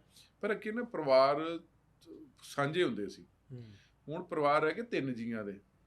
ਜੇ 4 ਜੀਏ ਦੇ ਮੁੰਡਾ 18 ਸਾਲ ਦਾ ਹੁੰਦਾ, ਕੁੜੀ ਮੁੰਡਾ ਕੈਨੇਡਾ ਭੱਜ ਜਾਂਦੇ ਹੈਗੇ। ਸਾਡੇ ਤੇ ਜਿਹੜਾ UP ਬਿਹਾਰ ਤੋਂ ਸਾਡੇ ਉੱਥੋਂ ਭਰਾ ਆਉਂਦੇ ਨੇ ਕੰਮ ਕਰਨ ਦੇ ਨਾ ਦਿਹਾੜੀਆਂ ਤੇ, ਹਨਾ, ਉਹਨਾਂ ਸਿਰ ਤੇ ਹੀ ਰਹਿ ਗਈ ਖੇਤੀ ਲਗਭਗ ਜੀ। ਹੁਣ ਤਾਂ ਸਾਡੇ ਕਹਿੰਦੇ ਕਿ ਉਹ ਚੌਂਕੀਦਾਰ ਮੀਟਰ ਲਾ ਲਏ ਹੈਗੇ ਨੇ ਬਟਨ, ਲਾਈਟ ਆ ਗਈ ਤੇ ਆਪੇ ਜਗ ਪੈਂਦਾ ਹੈਗਾ, ਚੱਲ ਪੈਂਦਾ ਹੈਗਾ, ਲਾਈਟ ਤੇ ਆਪੇ ਬੰਦ ਹੋ ਜਾਂਦਾ। ਹੁਣ ਤੇ ਉਹ ਵੀ ਡਿਜੀਟਲ ਆ ਗਿਆ ਨਾ, ਤੁਸੀਂ ਰਿਮੋਟ ਦੇ ਰਿਮੋਟ ਦੇ ਕੰਟਰੋਲ ਕਰ ਸਕਦੇ, ਮੋਬਾਈਲ ਤੇ ਐਪਲੀਕੇਸ਼ਨ ਤੇ ਸਾਰਾ ਕੁਝ। ਤੇ ਜਿਹੜੇ ਪ੍ਰਵਾਸੀ ਭਰਾ ਉਥੋਂ ਆਉਂਦੇ ਯੂਪੀ ਬਿਹਾਰ ਤੋਂ, ਉਹ ਘਰਾਂ ਦੇ ਮਾਲਕ ਹੀ ਉਹੀ ਹੈਗੇ, ਪੈਲੀਆਂ ਦੇ ਮਾਲਕ ਵੀ ਉਹੀ ਹੋ ਗਏ ਨੇ, ਉਹੀ ਹੁਣ ਕਣਕ ਝੋਨਾ ਬੀਜਦੇ ਨੇ, ਵੱਢਦੇ ਹੈਗੇ ਨੇ। ਹੁਣ ਵਾਢੀਆਂ ਕਿੰਨੇ ਦਿੰਦੇ ਰਹੇ, ਪਹਿਲਾਂ 45 ਦਿਨ ਦੇ ਵਾਢੀ, ਕੋਈ ਹੱਥਾਂ ਦੇ ਨਾਲ ਹੀ ਜਾਂ ਮਸ਼ੀਨਾਂ ਹੁੰਦੀਆਂ ਸੀ ਨਾ। ਹੁਣ ਤੇ 15 ਦਿਨ ਦਾ ਝੋਨਾ ਰਹਿ ਗਿਆ, 15 ਦਿਨ ਦੀ ਕਣਕ ਰਹਿ ਗਈ ਹੈ ਨਾ। ਉਹ ਸਰਕਾਰਾਂ ਉੱਥੇ ਸਾਡੇ ਵੀ ਨਾ ਪੰਜਾਬ ਸਟੇਟ ਦੀ ਐਗਰੀਕਲਚਰ ਪਾਲਿਸੀ ਆ, ਨਾ ਸੈਂਟਰ ਲੈਵਲ ਤੇ ਐਗਰੀਕਲਚਰ ਪਾਲਿਸੀ ਆ। ਮੈਨੂੰ ਲੱਗਦਾ ਸੇਮ ਹੀ ਇੱਥੇ ਹੋਣਾ, ਜਦ ਤੱਕ ਸਰਕਾਰਾਂ ਦੇ ਏਜੰਡੇ ਤੇ ਖੇਤੀਬਾੜੀ ਸੈਕਟਰ ਨਹੀਂ ਆਇਆ ਨਾ, ਤੇ ਇਕੱਲਾ ਜ਼ਿਮੀਂਦਾਰ ਵੀ ਕੀ ਕਰ ਲੂਗਾ ਨਾ। ਚਲੋ ਜੀ ਭੁੱਲਰ ਸਾਹਿਬ, ਬਹੁਤ ਸੋਹਣੀਆਂ ਤੇ ਮਜ਼ੇਦਾਰ ਆਪਾਂ ਗੱਲਾਂ ਕੀਤੀਆਂ। ਅਕਰੋਸ ਦਾ ਬਾਰਡਰ ਵੀ ਕੁਝ ਜਿਹੜੇ ਮਾਮਲਾਤ ਨੇ ਸਾਡੇ, ਉਹਨਾਂ 'ਤੇ ਵੀ ਡਿਸਕਸ਼ਨ ਹੋਈ। ਤੇ ਮੈਨੂੰ ਲੱਗਦਾ ਵੀ ਇਸ ਤਰ੍ਹਾਂ ਸੌਫਟ ਡਿਸਕਸ਼ਨ ਵੀ ਹੋਣੀ ਚਾਹੀਦੀ ਹੈ, ਤੇ ਸਾਡੀਆਂ ਸਰਕਾਰਾਂ ਨੂੰ ਸੌਫਟਲੀ ਇੱਕ ਦੂਜੇ ਦੇ ਨਾਲ ਰਲ ਮਿਲ ਕੇ ਜਿਹੜੇ ਕੁਝ ਮਾਮਲਾਤ ਵੀ ਨੇ, ਇਹਨੂੰ ਲੈ ਕੇ, ਡਰੱਗ ਨੂੰ ਲੈ ਕੇ, ਸਮੋਕ ਨੂੰ ਲੈ ਕੇ, ਖੇਤੀ ਨੂੰ ਲੈ ਕੇ, ਪਾਣੀ ਨੂੰ ਲੈ ਕੇ, ਸੋ ਇਹਨਾਂ ਦੀਆਂ ਮੀਟਿੰਗਸ ਆਪਸ ਵਿੱਚ ਹੁੰਦੀਆਂ ਰਹਿਣ, ਬਾਰਡਰਸ ਨੂੰ ਲੈ ਕੇ। ਬਿਲਕੁਲ ਬੜੀ ਜ਼ਰੂਰੀ ਹੈਗਾ, ਇਹ ਬਹੁਤ ਜ਼ਰੂਰੀ ਹੈ, ਤੇ ਮੈਨੂੰ ਲੱਗਦਾ ਬਿਹਤਰੀ ਆ ਸਕਦੀ ਹੈ ਬੜੇ। ਤੇ ਤੁਸੀਂ ਤਾਂ ਸਾਡੇ ਉੱਥੇ ਬਹੁਤ ਮਕਬੂਲ ਜੇ, ਬਹੁਤ ਤੁਹਾਨੂੰ ਲੋਕ ਪਸੰਦ ਕਰਦੇ ਨੇ। ਮੈਨੂੰ ਅੱਜ ਹੀ ਸਵੇਰੇ ਨਾ ਮਲੇਰਕੋਟਲਾ ਤੋਂ ਫੋਨ ਆਇਆ, ਕਹਿੰਦੇ ਕਿ ਨਾਸਰ ਢਿੱਲੋਂ ਸਾਹਿਬ ਨੂੰ ਇੱਕ ਸੁਨੇਹਾ ਦਿਓ ਕਿ ਇੱਥੇ ਵੀ ਸਾਡੇ ਰੋਜ਼ਾ ਸ਼ਰੀਫ ਆ ਨੇ, ਉੱਥੋਂ ਬਹੁਤ ਦੂਰ ਦਰਾਡਿਓਂ ਜਿਹੜੇ ਦੁਨੀਆ ਭਰ ਵਿੱਚ ਜਿਹੜੇ ਮੁਸਲਿਮ ਭਾਈਚਾਰਾ ਵੱਸਦਾ ਹੈਗਾ ਨਾ, ਉਹ ਉੱਥੇ ਦਰਸ਼ਨਾਂ ਨੂੰ ਆਉਂਦੇ ਹੈਗੇ ਨੇ। ਤੇ ਕਹਿੰਦੇ ਕਿ ਇੱਕ ਹਮਲਾ ਨਾਸਰ ਢਿੱਲੋਂ ਸਾਹਿਬ ਵੀ ਇਹ ਵੀ ਮਾਰਨ ਕਿ ਜਿਹੜੇ ਇੱਧਰੋਂ ਜਿਹੜੇ ਲੋਕ ਨੇ, ਜੇ ਕਿਸੇ ਨੇ ਉੱਥੇ ਰੋਜ਼ਾ ਸ਼ਰੀਫ ਜਾਣਾ ਹੋਵੇ ਮੱਥਾ ਟੇਕਣਾ ਨਾ, ਜਾਂ ਉੱਧਰ ਹੋਣਾ, ਤੇ ਉਹ ਵੀ ਕੋਈ ਇੱਦਾਂ ਦਾ ਕਰਨ। ਮੈਂ ਕਿਹਾ ਚਲੋ ਮੈਂ ਸੁਨੇਹਾ ਦੇ ਦੂੰਗਾ ਤੁਹਾਡਾ ਜੀ। ਇਹ ਸੁਨੇਹਾ ਤੇ ਤੁਹਾਨੂੰ ਬਣਦਾ ਵੀ ਤੁਸੀਂ ਆਪਣੀ ਸਰਕਾਰ ਨੂੰ ਕਹੋ, ਇੱਧਰ ਜਿਹੜੇ ਹਿੰਦੂਜ਼ ਦੇ ਟੈਂਪਲਸ ਨੇ, ਅਸੀਂ ਉੱਥੇ ਤੇ ਵੀ ਪ੍ਰੋਗਰਾਮ ਕਰਦੇ ਰਹੀਦਾ ਵੀ ਉਹਨਾਂ ਨੂੰ ਵੀ ਖੁੱਲ੍ਹ ਹੋਣੀ ਚਾਹੀਦੀ ਆ, ਉਹ ਵੀ ਲੋਕ ਇੱਧਰ ਹੋਣੇ ਚਾਹੀਦੇ, ਇੱਧਰੋਂ ਉੱਧਰ ਜਾਣੇ ਚਾਹੀਦੇ। ਆਸਾਨੀਆਂ ਜਿਵੇਂ ਮੈਂ ਪਹਿਲਾਂ ਗੱਲ ਕਰਦਾ ਹਾਂ, ਫੇਰ ਹੀ ਹੋਣੀਆਂ ਚਾਹੀਦੀਆਂ। ਤੇ ਹੋਪਫੁਲੀ ਆਪਾਂ ਲੱਗੇ ਆ। ਤੇ ਕਿਸੇ ਤਰ੍ਹਾਂ ਬੜੀ ਵਾਰ ਕਹਿੰਦੇ ਕਿ ਦੋਨੇ ਜਿਹੜੇ ਮੁਲਕ ਨਾ ਜੀ, ਵਾਘਾ ਬਾਰਡਰ ਤੇ ਨਾ, ਸਾਡੇ ਪਾਸੇ ਅਟਾਰੀ, ਤੁਹਾਡੇ ਪਾਸੇ ਵਾਘਾ, ਕਿ ਲੋਕਾਂ ਨੂੰ ਭਾਵੇਂ ਨਾ ਪੂਰੇ ਨੰਗੇ ਕਰ ਲਿਆ ਕਰੋ ਵੀ ਯਾਰ ਜਿੰਨੀ ਤਲਾਸ਼ੀ ਲੈਣੀ ਲੈ ਲਓ ਯਾਰ, ਕੱਪੜੇ ਜਿੰਨੇ ਲਵਾਉਣਾ, ਪਰ ਘੱਟੋ ਘੱਟ ਇੱਕ ਦੂਜੇ ਨੂੰ ਮਿਲਣ ਤੋਂ ਨਾ। ਬਹੁਤ ਸਾਰੇ ਜਿਹੜੇ ਨੇ ਲੋਕ ਵਿਛੜਦੇ ਮਰ ਗਏ ਨਾ, ਹਨਾ ਵੀ ਇਸੇ ਲੱਭਦੇ ਮਰ ਗਏ, ਲੱਭਦੇ ਮਰ ਗਏ, ਆਪਣੇ ਨੂੰ ਲੱਭਦੇ ਮਰ ਗਏ ਨਾ। ਤੇ ਉਹ ਕਿਤੇ ਨਾ ਕਿਤੇ ਸਰਕਾਰਾਂ ਕੋਲ ਲੋਕੀ ਉਹ ਜਿਹੜੀਆਂ ਰੂਹਾਂ ਭਟਕ ਰਹੀਆਂ, ਉਹ ਲੇਖਾ ਲੈਣਗੀਆਂ ਨਾ। ਮੈਨੂੰ ਲੱਗਦਾ ਕਿ ਇਹ ਜਿਹੜਾ ਮੈਨ ਟੂ ਮੈਨ, ਇਹ ਤੇ ਮਿਲਣਾ ਚਾਹੀਦਾ ਲੋਕਾਂ ਨੂੰ, ਮਿਲਣਾ। ਕਿਉਂਕਿ ਮੈਨੂੰ ਲੱਗਦਾ 2-3 ਪੀੜ੍ਹੀਆਂ ਹੀ ਆ ਜਿਨ੍ਹਾਂ ਨੂੰ ਇੱਕ ਆਸ ਹੋਊਗੀ ਸਾਡੇ ਇੱਧਰੋਂ ਕਹਿਣਗੇ ਵੀ ਪਾਕਿਸਤਾਨ ਵੀ ਸਾਡੇ ਇੰਡੀਆ 'ਚ ਕੋਈ ਰਹਿੰਦਾ, ਤੇ ਇੰਡੀਆ ਵਾਲੇ ਕਹਿੰਦੇ ਕਿ ਸਾਡੇ ਪਾਕਿਸਤਾਨ ਦੇ ਵਿੱਚ। ਇਹ 2-3 ਪੀੜ੍ਹੀਆਂ ਤੱਕ ਹੀ ਨਾ, ਮੁੱਕਣ ਵਾਲਾ। ਹਾਂ, ਕਿਉਂਕਿ ਗਾਂ ਪੋਤੇ ਜਾਂ ਪੜਪੜ ਪੋਤੇ ਹੋ ਗਏ, ਉਹਨਾਂ ਨੂੰ ਇੰਨਾ ਕੀ ਰਹਿਣਾ, ਪਰ ਉਹ ਤਾਂਘ ਨਹੀਂ ਹੋਣੀ ਹੈ। ਜਿਹੜੀ ਇਸ ਟਾਈਮ ਪੀੜ੍ਹੀ ਹੈ, ਉਹਨਾਂ ਦੇ ਵਿੱਚ ਤਾਂਘ ਹੈਗੀ ਨਾ ਵੀ ਅਸੀਂ ਨਹੀਂ ਵੇਖ ਸਕੇ ਹੈਗੇ, ਵੀ ਸਾਡੇ ਪਿਓ ਨਹੀਂ ਵੇਖ ਸਕੇ, ਸਾਡੀਆਂ ਮਾਵਾਂ ਅਸੀਂ ਵੇਖ ਲਈ ਕਿ ਸਾਡੇ ਵੱਡ ਵਡੇਰਿਆਂ ਦਾ ਕਿਹੜਾ ਪਿੰਡ ਸੀ ਨਾ। ਤੇ ਚਲੋ ਤੁਹਾਡਾ ਬਹੁਤ ਬਹੁਤ ਸ਼ੁਕਰੀਆ ਜੀ, ਬਹੁਤ ਧੰਨਵਾਦ, ਬਹੁਤ ਸ਼ੁਕਰੀਆ ਤੁਹਾਡਾ ਟਾਈਮ ਦੇਣ ਦਾ। ਹੋਪਫੁਲੀ ਫੇਰ ਅਗਲੇ ਸਾਲ ਮੁਲਾਕਾਤ। ਤੇ ਅਸੀਂ ਉਮੀਦ ਕਰਦੇ ਕਿ ਤੁਸੀਂ ਵੀ ਕਿਤੇ ਬਣਾਓ ਪ੍ਰੋਗਰਾਮ, ਆਪਣਾ ਪਿੰਡ ਪੰਜਵੜ ਵੇਖ ਆਓ ਜੀ, ਤਰਨਤਾਰਨ ਲੱਗੇ। ਪ੍ਰੋਗਰਾਮ ਤੇ ਮੇਰਾ ਹੋਣਾ ਹੀ ਆ, ਤੁਸੀਂ ਕਹੋ ਨਾ ਵੀ ਹੁਣ ਜਾਣਾ, ਤੇ ਮੈਂ ਹੁਣ ਤੁਹਾਡੇ ਨਾਲ ਤੋਂ ਆਪਾਂ ਘਰ ਵੀ ਨਾ ਦੱਸਾਂ, ਉੱਥੇ ਜਾ ਕੇ ਫੋਨ ਕਰਾਂ ਵੀ ਮੈਂ ਆ ਗਿਆ ਜੀ ਆਪਣੇ ਪਿੰਡ। ਫਿਰ ਕਹਾਂਗੇ ਹੈਲੋ ਮੈਂ ਪੰਜਵੜ ਤੋਂ ਨਾਸਰ ਬੋਲਦਾ, ਹੈਲੋ ਮੈਂ ਪੰਜਵੜ ਤੋਂ ਬੋਲਦਾ। ਬਹੁਤ ਸ਼ੁਕਰੀਆ ਜੀ, ਮਿਲਦੇ ਆ ਫਿਰ, ਰੱਬ ਰੱਖਾ।